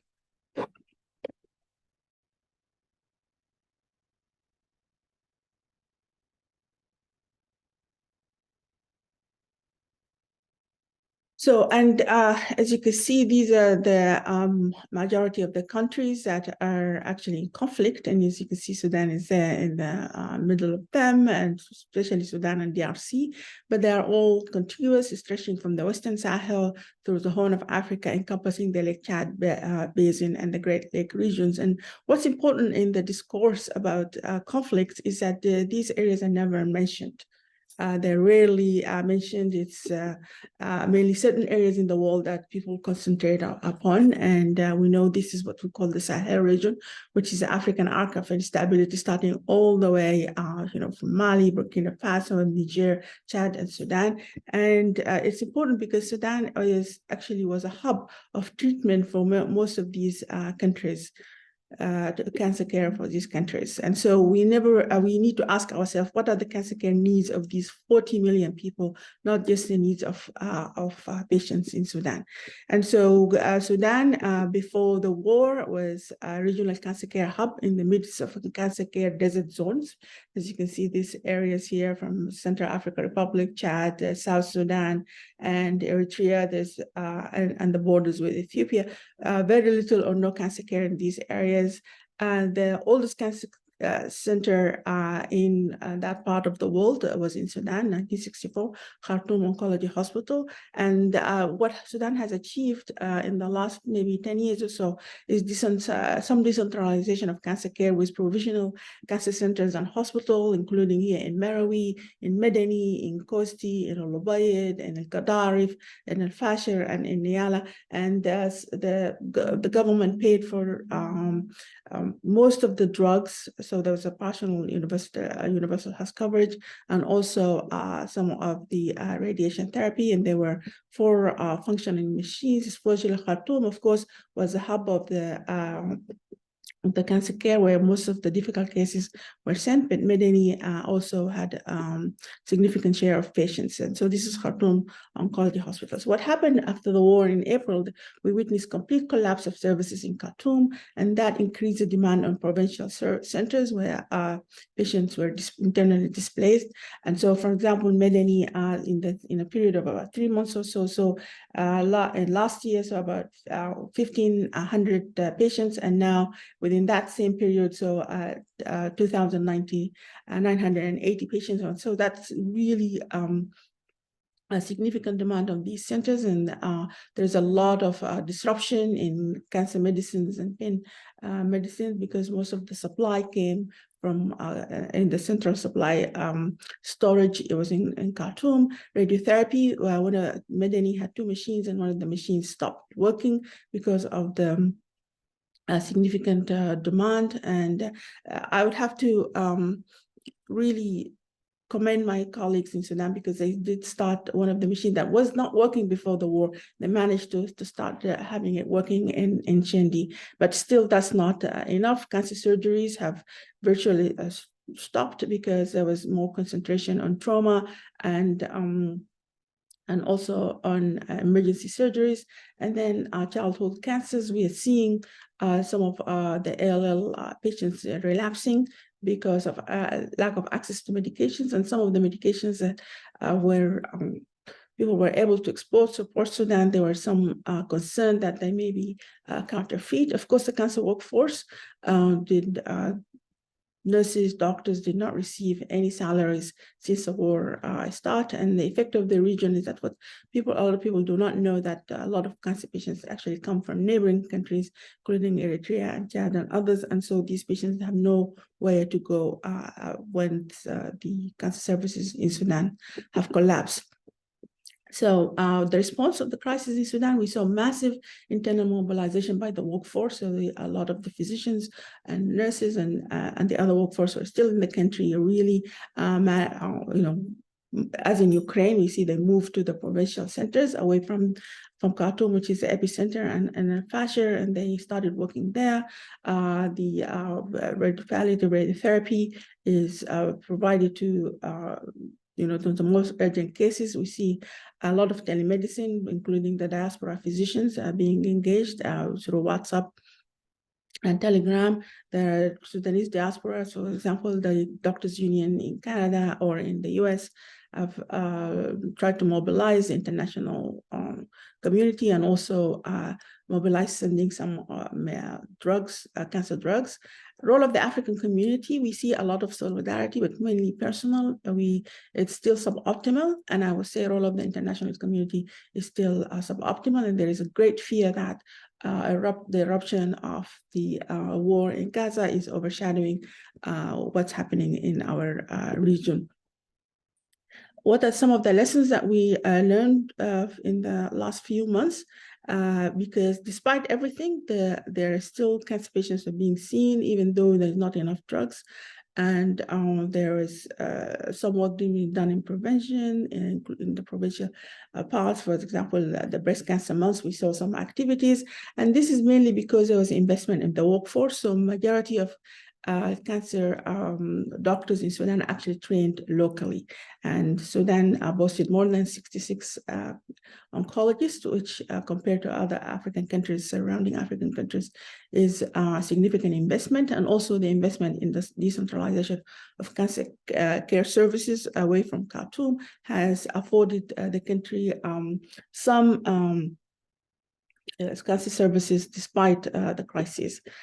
And as we could see, there were some attempts by everyone to raise awareness of international communities. So from ASCO to the Lancet to discuss this issue.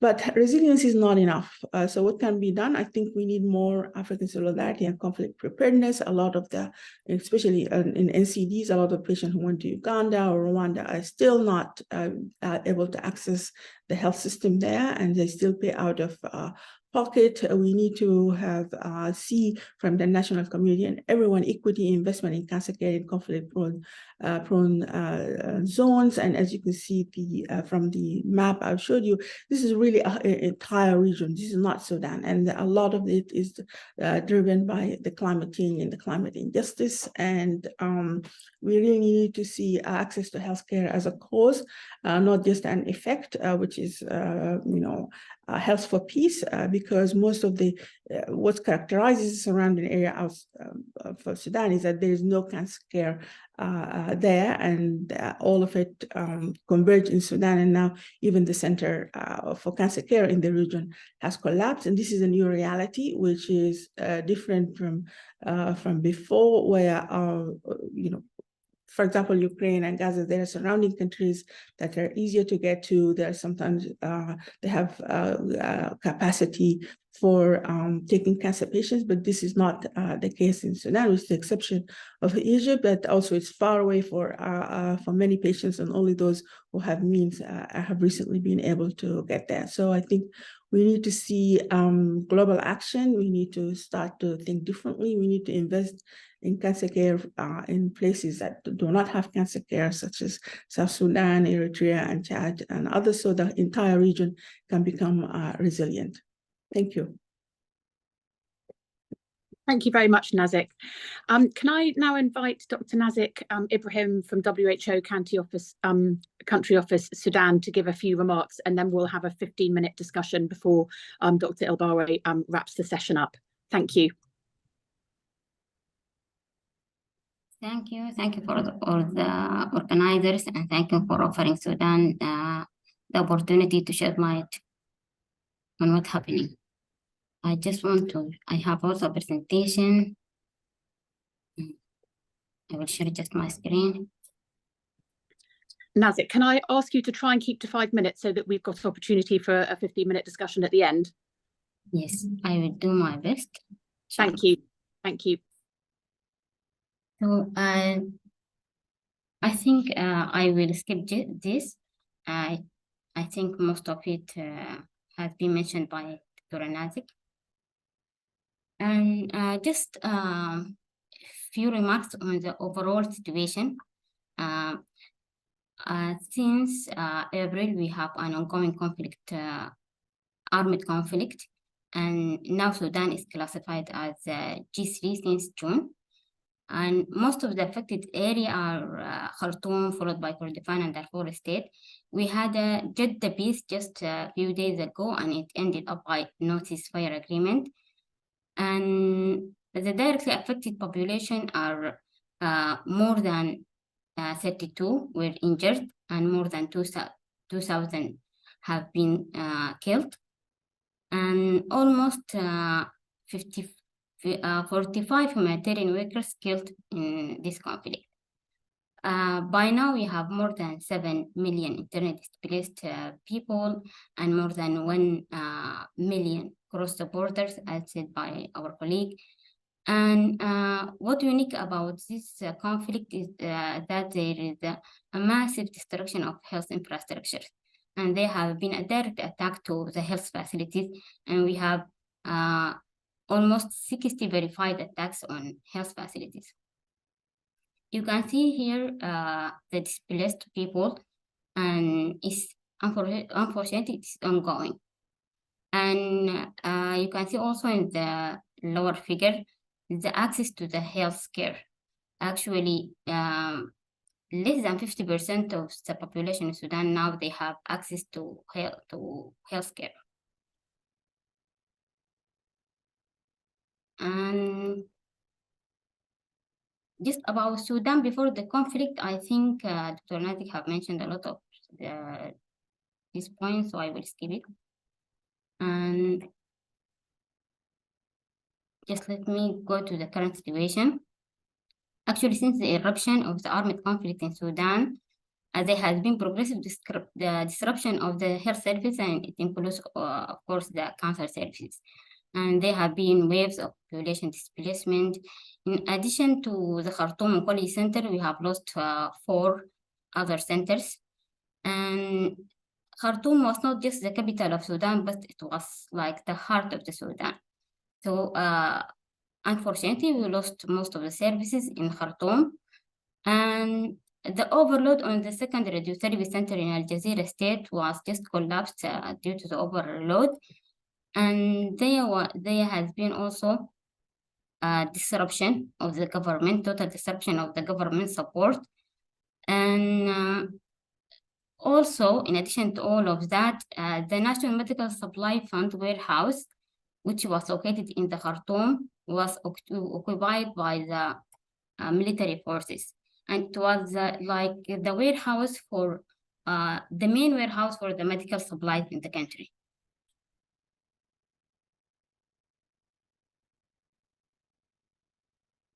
So what are our challenges now? Of course, there is limited access to services, there is overload on the low capacity state centers, and there is insufficient fund. And as mentioned also by Dr. Nazik, there is inability to return human resources due to lack of salaries and inflexibility of donors. Most of the donors, they just refused to pay salaries for the human resources, critical human resources. And there have been a growing private sectors, particularly in the IDP concentrated area.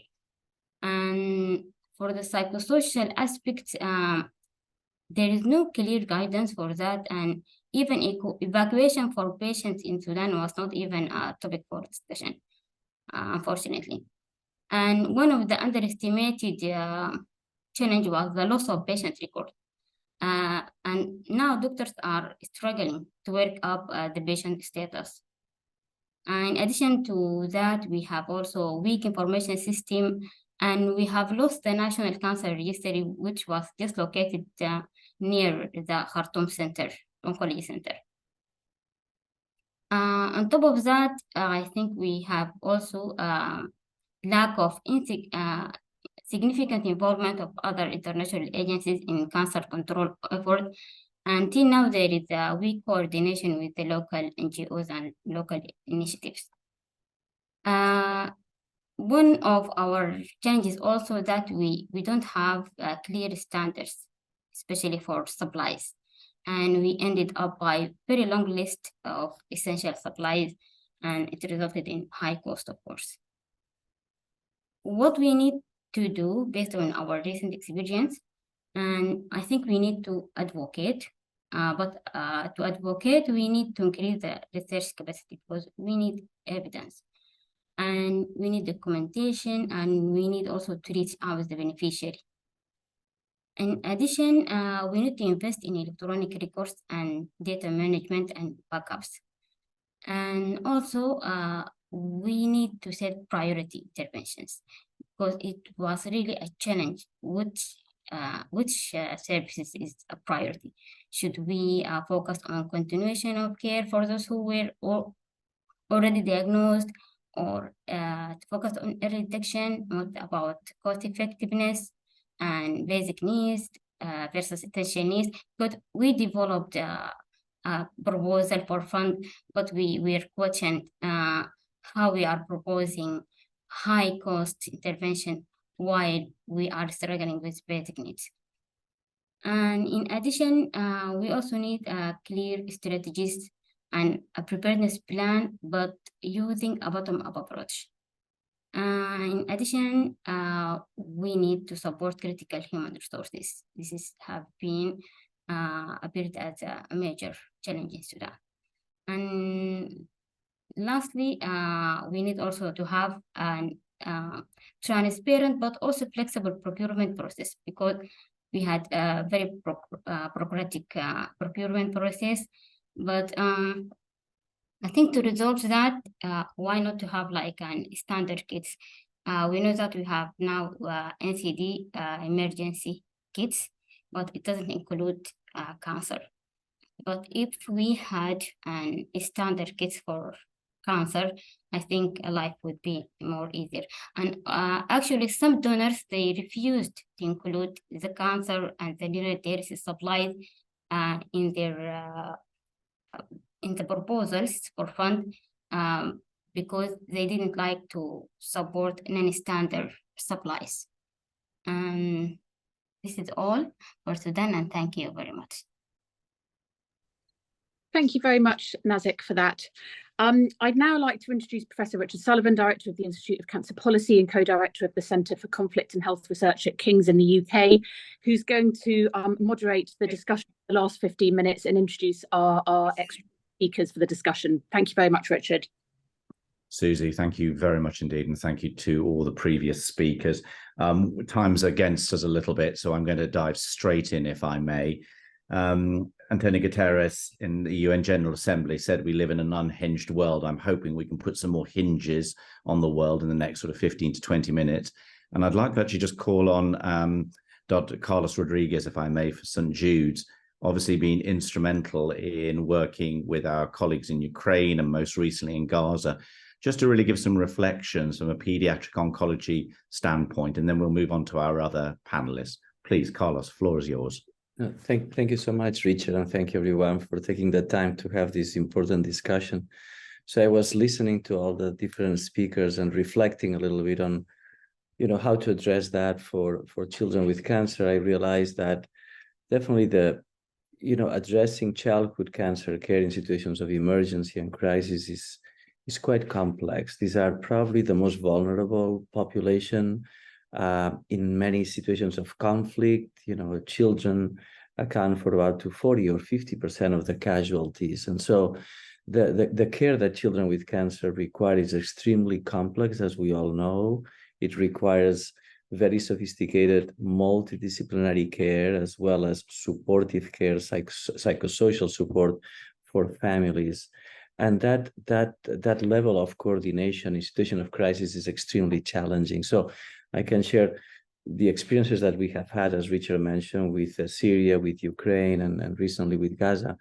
And what we have tried to accomplish is, the development of a central coordination mechanism that brings all the stakeholders around the table with centralized registry and centralized medical record keeping. But then it requires a high level of coordination among partners, both for the internally as well as the externally displaced population. So in our case, what we were able to accomplish was that coordination of partners at the level of medical institutions that are willing to take on these patients, as well as governments, ministries of health, WHO, and NGOs that are critical to the flow of patients. So this has been challenging for all of us, because for children, the level of support is unique. But at least for Ukraine, we were able to facilitate the transfer of maybe 1,500 children from Ukraine through Poland, through this coordinated mechanism, to countries all over Europe and some in North America. And now we're doing something similar in Gaza, trying to work with the partners on the ground, the PCRF, and transfer the patients through the Rafah crossing into Egypt, and then work with the ministries of health of Egypt, Jordan, as well as WHO in the country offices and the regional office to provide that continuity of care, which is so critical. So partner with institutions in Alexandria and Cairo and Amman.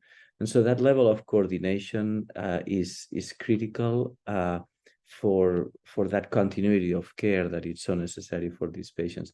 Happy to talk a little bit more about that, but definitely there is a science to it that I think we all need to develop, so that as we all react to these emergency situations, we can share experiences and develop the methodology to be successful. Carlos, thank you very much indeed for that intervention. I think you're right. There's a lot of things I suspect we can learn from your approach to childhood cancers. I'd maybe like to turn to Michaela and to Dr. Claire Rieu from Médecins Sans Frontières next, really, and maybe segue to the adult situation. We've heard a lot about the challenges, and I guess, practically speaking, you're having to deal with, of course, the full gamut of injuries, trauma, infectious diseases, child and maternal health, reproductive health issues. Do you think realistically cancer can form a part of any basic package in interventions when it comes to humanitarian settings? Obviously, we've heard a lot from Salim Slama about this, but I guess from your perspective, and maybe Claire, first of all, from the MSF perspective, do you think cancer can ever be front and center in a humanitarian setting? Hello, everybody. Thank you for the invitation. So I have a presentation, so I can show you some example. That is the main question: how to deal with competitive priorities when we are in a humanitarian setting. So, do you want me to present our experience? Just maybe short. We haven't got, unfortunately, many minutes, but if you could, if it's just very short, that'd be marvelous. Yes, I think I can do it in 5 to 7 minutes. Is it okay for you? 5 minutes would be marvelous. Thank you. Okay, I will try it.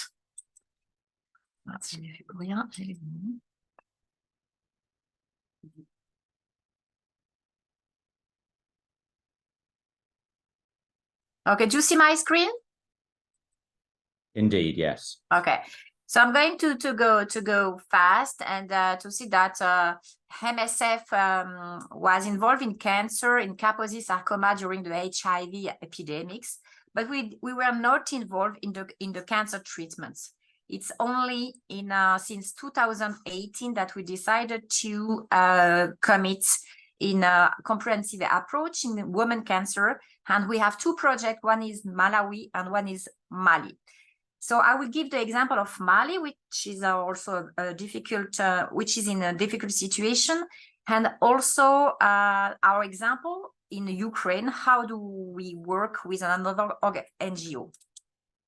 So Mali, I will go fast. You know, is a very bad humanitarian situation, mainly due to insecurity, to poverty, to economic sanction. So I'm going fast.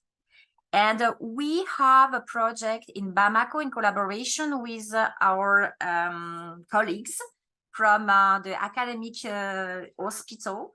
And we are involved in many kinds of activities like awareness campaign, screening, pathology. We support surgery and chemotherapy.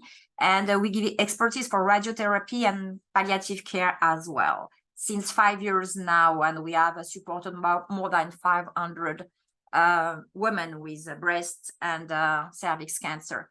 So what the challenge that we have in this case is that we have the frequent breakdown, many strikes, because as was said by our colleagues from Sudan, a lot of people are not paid.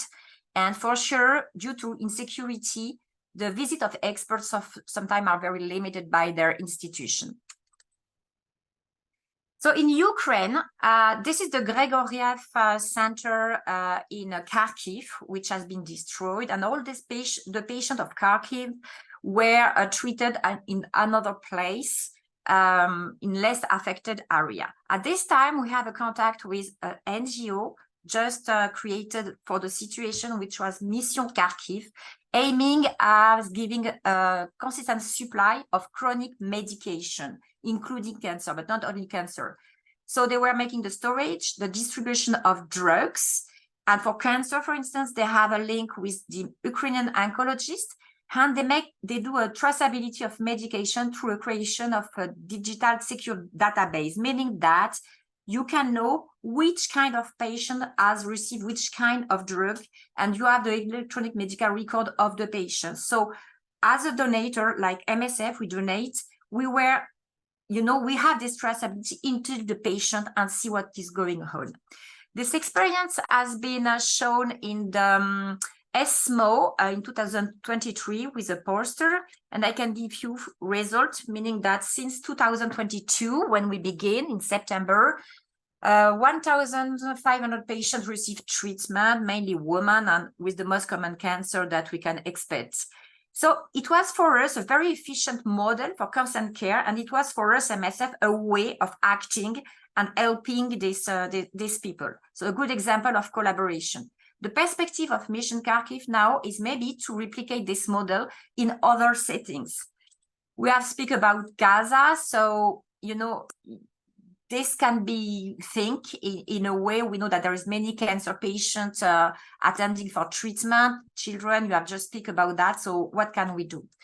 And I will finish by what I said, that the main challenge, at least for a NGO like MSF, is the competitive priority that we'll have in the conflict zone. For instance, in Gaza, we would like to make donation, for instance, if needed for cancer patients.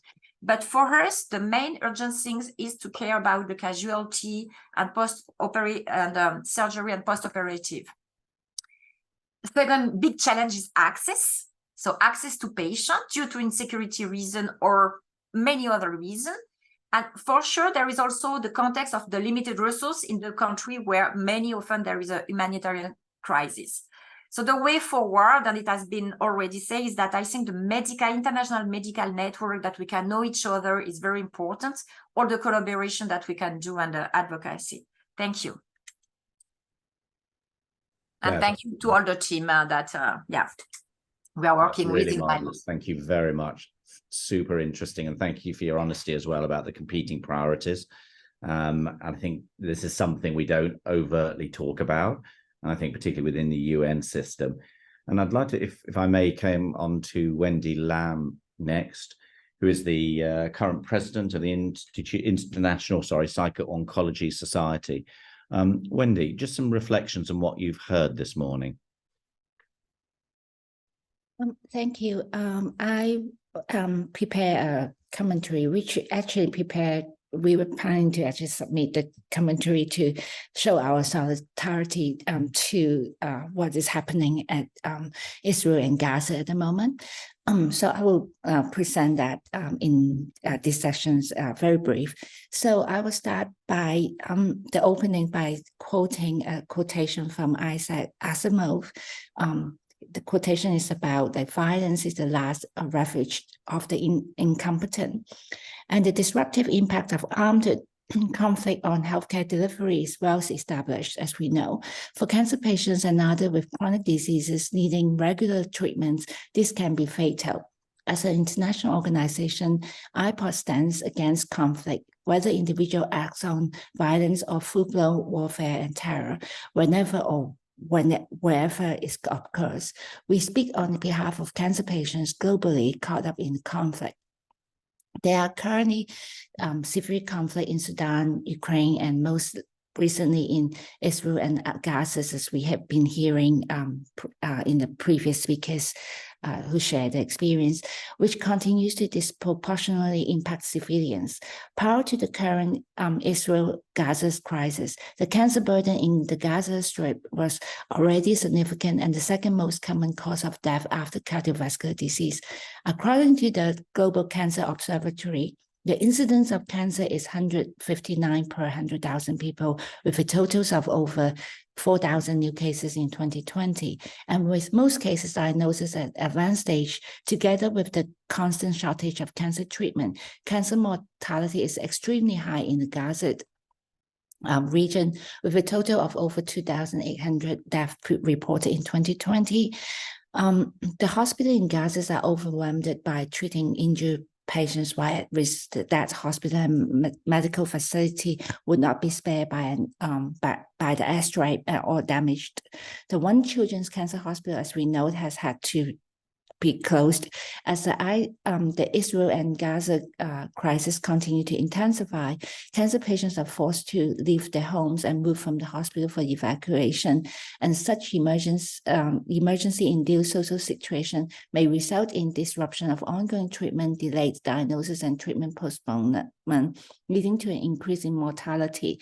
And there is urgent need for patients with cancer in this region to have protected space and ways to receive uninterrupted treatment. Furthermore, cancer diagnosis itself is distressing, with approximately 14% and 9% of cancer patients reporting significant depression and anxiety, respectively. Conflict-induced humanitarian crisis exacerbate psychological distress among people affected by emergency. It has been suggested, according to a WHO recent study, that 1 in 5 people in affected areas may experience depression, anxiety, etc., while psychological distress is common and expected response in individuals affected by emergency, and most individuals will eventually overcome and adapt. Patients with cancers are particularly susceptible to a sustained psychological distress. Hence, mental health and psychosocial support must be made available to patients with cancer and their families. IPOD is a global organization dedicated to addressing psychological, social, and behavioral issues in cancer care. IPOD calls to the leader of all sides of the conflict to cease hiding behind the fog of war and recognize that people everywhere want and deserve to live peacefully, life free of threatened, latent or overt violence, and be able to have hope and pursue opportunity to thrive. An end of violence in all forms and respect for human rights is the first step to the global security.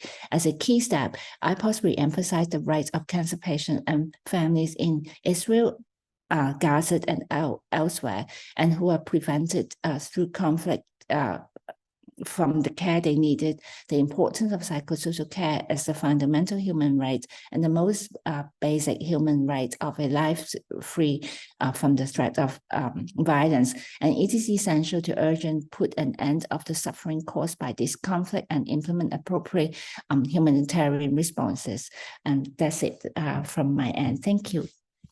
Dr. Lam, thank you very much indeed. Very, very well said indeed. I think that needed to be stated, that fundamentally delivering cancer care is about actually following international norms and not violating international humanitarian law. last but by no least, thank you very much indeed, Dr. Lam. I'm going to pass over to our colleague from the Commonwealth International Task Force for Cervical Cancer, Dr. Gideon Gachachi. Do apologize, I was tripping over my tongue this morning. And if I can pass over to you, sir, just for some commentary on the work you're doing and how you see the elimination of cancer of the cervix within the context of fragile and conflict populations. Obviously, a hugely complex issue, very difficult to reach populations. Sir, please, the floor is yours. Okay, thank you so much, Professor Silvina. So I think from the other presenters, we can all agree that crises breed cancer. This in terms of prevention, accessibility to treatment, when also it comes to brain drain, when we have movement of medical personnel from certain regions to other regions. So in the Commonwealth International Task Force on Cervical Cancer Elimination, we have been able to leverage several opportunities and strategies in order to increase accessibility of these services to women and girls who are in vulnerable areas. This includes some of the things that we've been able to do, and some of the things that I would advise most of our listeners probably to take heed, is to, first of all, is to elevate the agenda of cervical cancer in high political forums. So whenever we have Commonwealth Assembly of Heads of State or ministerial meetings, we always make an attempt for us to push for the agenda of cervical cancer elimination. I know the organization or the forum today is for all cancers, but I'll be a bit biased in cervical cancer. So one of the things during such kind of forums that we always do is to come up with policy briefs. And we're happy to say that a majority of the policy briefs that we have come up with, they have been adopted in several of the Commonwealth states. This include, we advocate for integration of cervical cancer services in the universal healthcare as other countries try to implement such strategy. Other thing is we advocate for scaling up of vaccine services in different regions within a country, because most of the Commonwealth states have not been largely affected by different conflict. However, we usually have intra-regional conflict whereby we have displacement of people within a country, like in Kenya. Most of the region in the northern Kenya have issues of instability. So the things that we are also advocating is we have collaboration between spouses, probably of states. And what we have been able to do, and a good example is here in Kenya, and also in certain countries like even in Tanzania. So what we have been able to do is we use the first ladies to come up with regional cervical cancer centers or even cancer centers, such that in areas that are affected, then you find that if one area is affected, then the other regions can be able to provide these essential services for cervical cancer. And lastly, and which I think is the most important, I'm a youth representative in the Cervical Cancer Task Force. So the thing that we are able to do as a task force, the task force has been able to do is utilization of the youths as the main people to be able to propagate and even to push the agenda of cervical cancer elimination. And what this has done is because we find that most youth are passionate about cervical cancer elimination, even in regions that are very unstable. And therefore, if you can incorporate the services of existing youth and who have grassroots and great organization, then you find that even if there is instability in certain regions, certain good services such as cervical screening, advocacies, and even prevention and accessibility, probably when you have other health professionals joining youth forums. So my main point is that the task force has really been working towards accessibility of cervical cancer services in most unstable region, and we call upon all other stakeholders to join us together as we fight to eliminate cervical cancer. So thank you very much. Gideon, that was absolutely marvelous. Thank you very much indeed, and congratulations for all the work you're doing. It's really is exemplary. I'm afraid we're going to have to draw the moderated discussion to an end now. There's so much ground we could cover here. Just to say thank you very much to our interventionists over the last session, dealing from the sort of basic fundamental humanitarian principles through to the practical aspects, both in sort of adult and pediatric oncology. Thank you for your words. And it just resides for me to pass over now to Dr. Andre Elbaoui, my friend and colleague at World Health Organization, speaking to from Palestine, to give some closing remarks and reflections. Andre, floor is yours. Yeah, thanks, Professor Sullivan.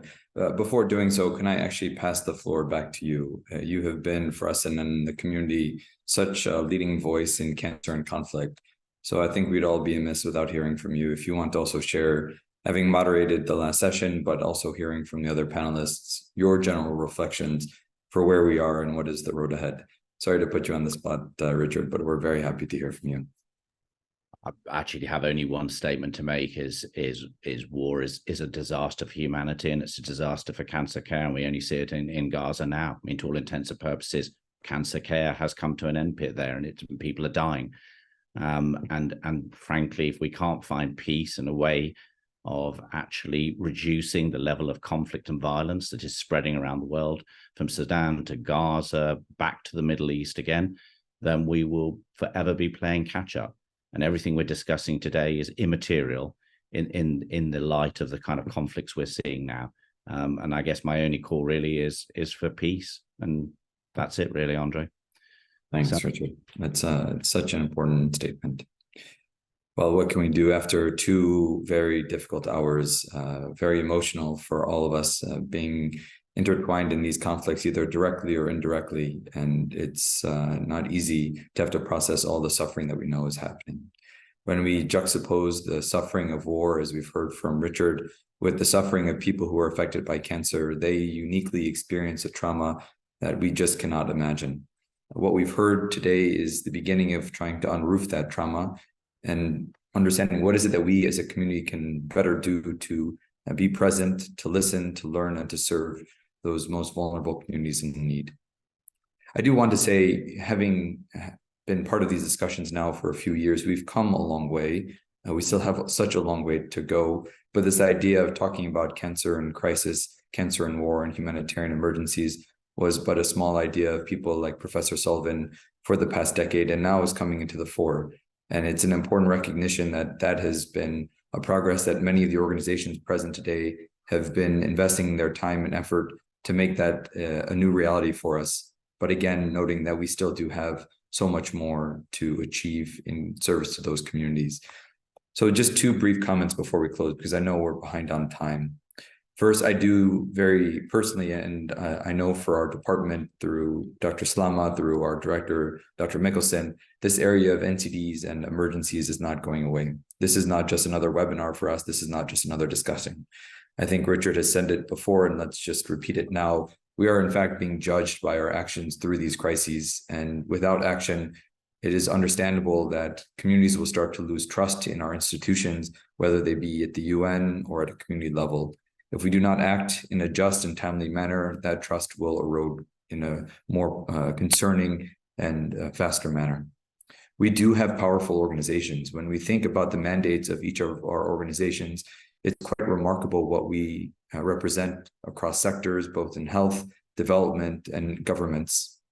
It seems that we are converging on a pathway forward, and we are quite hopeful that this can be another stepping stone for us as a community. Second, conclusion is people with cancer can and should remain our guiding light. You know, in the past few months, particularly with this war that is so close to our family, we've been thinking a bit more about this idea of post-traumatic growth. There's an entire field of psychology, as we've heard from Dr. Lam referenced, that the idea of people who face trauma can use that trauma in pursuit of a healthier and more fruitful and abundant life. The cancer community was in fact at the beginning of this idea of post-traumatic growth. And that's part of the reason why we linked these sessions between cancer and humanitarian emergencies and the lived experience of people who are affected by cancer, because they will help set the agenda for us as we try to better understand how do we take this suffering, this chaos, these moments of trauma and transition them to a healthier future, a more peaceful future, and a more abundant future. Finally, before closing, we just need to pause and acknowledge the suffering of communities. We heard from Richard, the countries, we've heard from them again today: Ukraine, Sudan, Israel, Gaza, Yemen, there's Myanmar, Mali, the Sahel. We've heard many of them. We should just pause and acknowledge. May there be peace for them. May there be relief of their suffering. and the suffering of their families. And if we can, I just want to also share with you that earlier today, we had a moment of silence because in the past month, there have been more than 100 UN employees who have died in service to the organization, in service to peace and shared prosperity. These UN employees died in service to our organization and to us all. May their families also find peace and solace in this time of great suffering. And may all the health professionals that are working at the front line find that peace as well. The war in Gaza has been, in fact, the most deadly for UN staff at any point in the past years. Thank you to London Global Cancer Week, and not enough can be said for the freedom that they've given us to speak about challenging topics like this. Thank you to Yulia, our dear WHO focal person and lead, for her efforts, to Susie, Richard, and to all our speakers. Thank you also to the St. Jude team with whom we've been able to collaborate very closely now in the relief in Gaza. We wish you all good health. May peace reign and abundance for all to you. And we look forward to reconvening for our next session after about a 5-minute break. Thank you again to all speakers.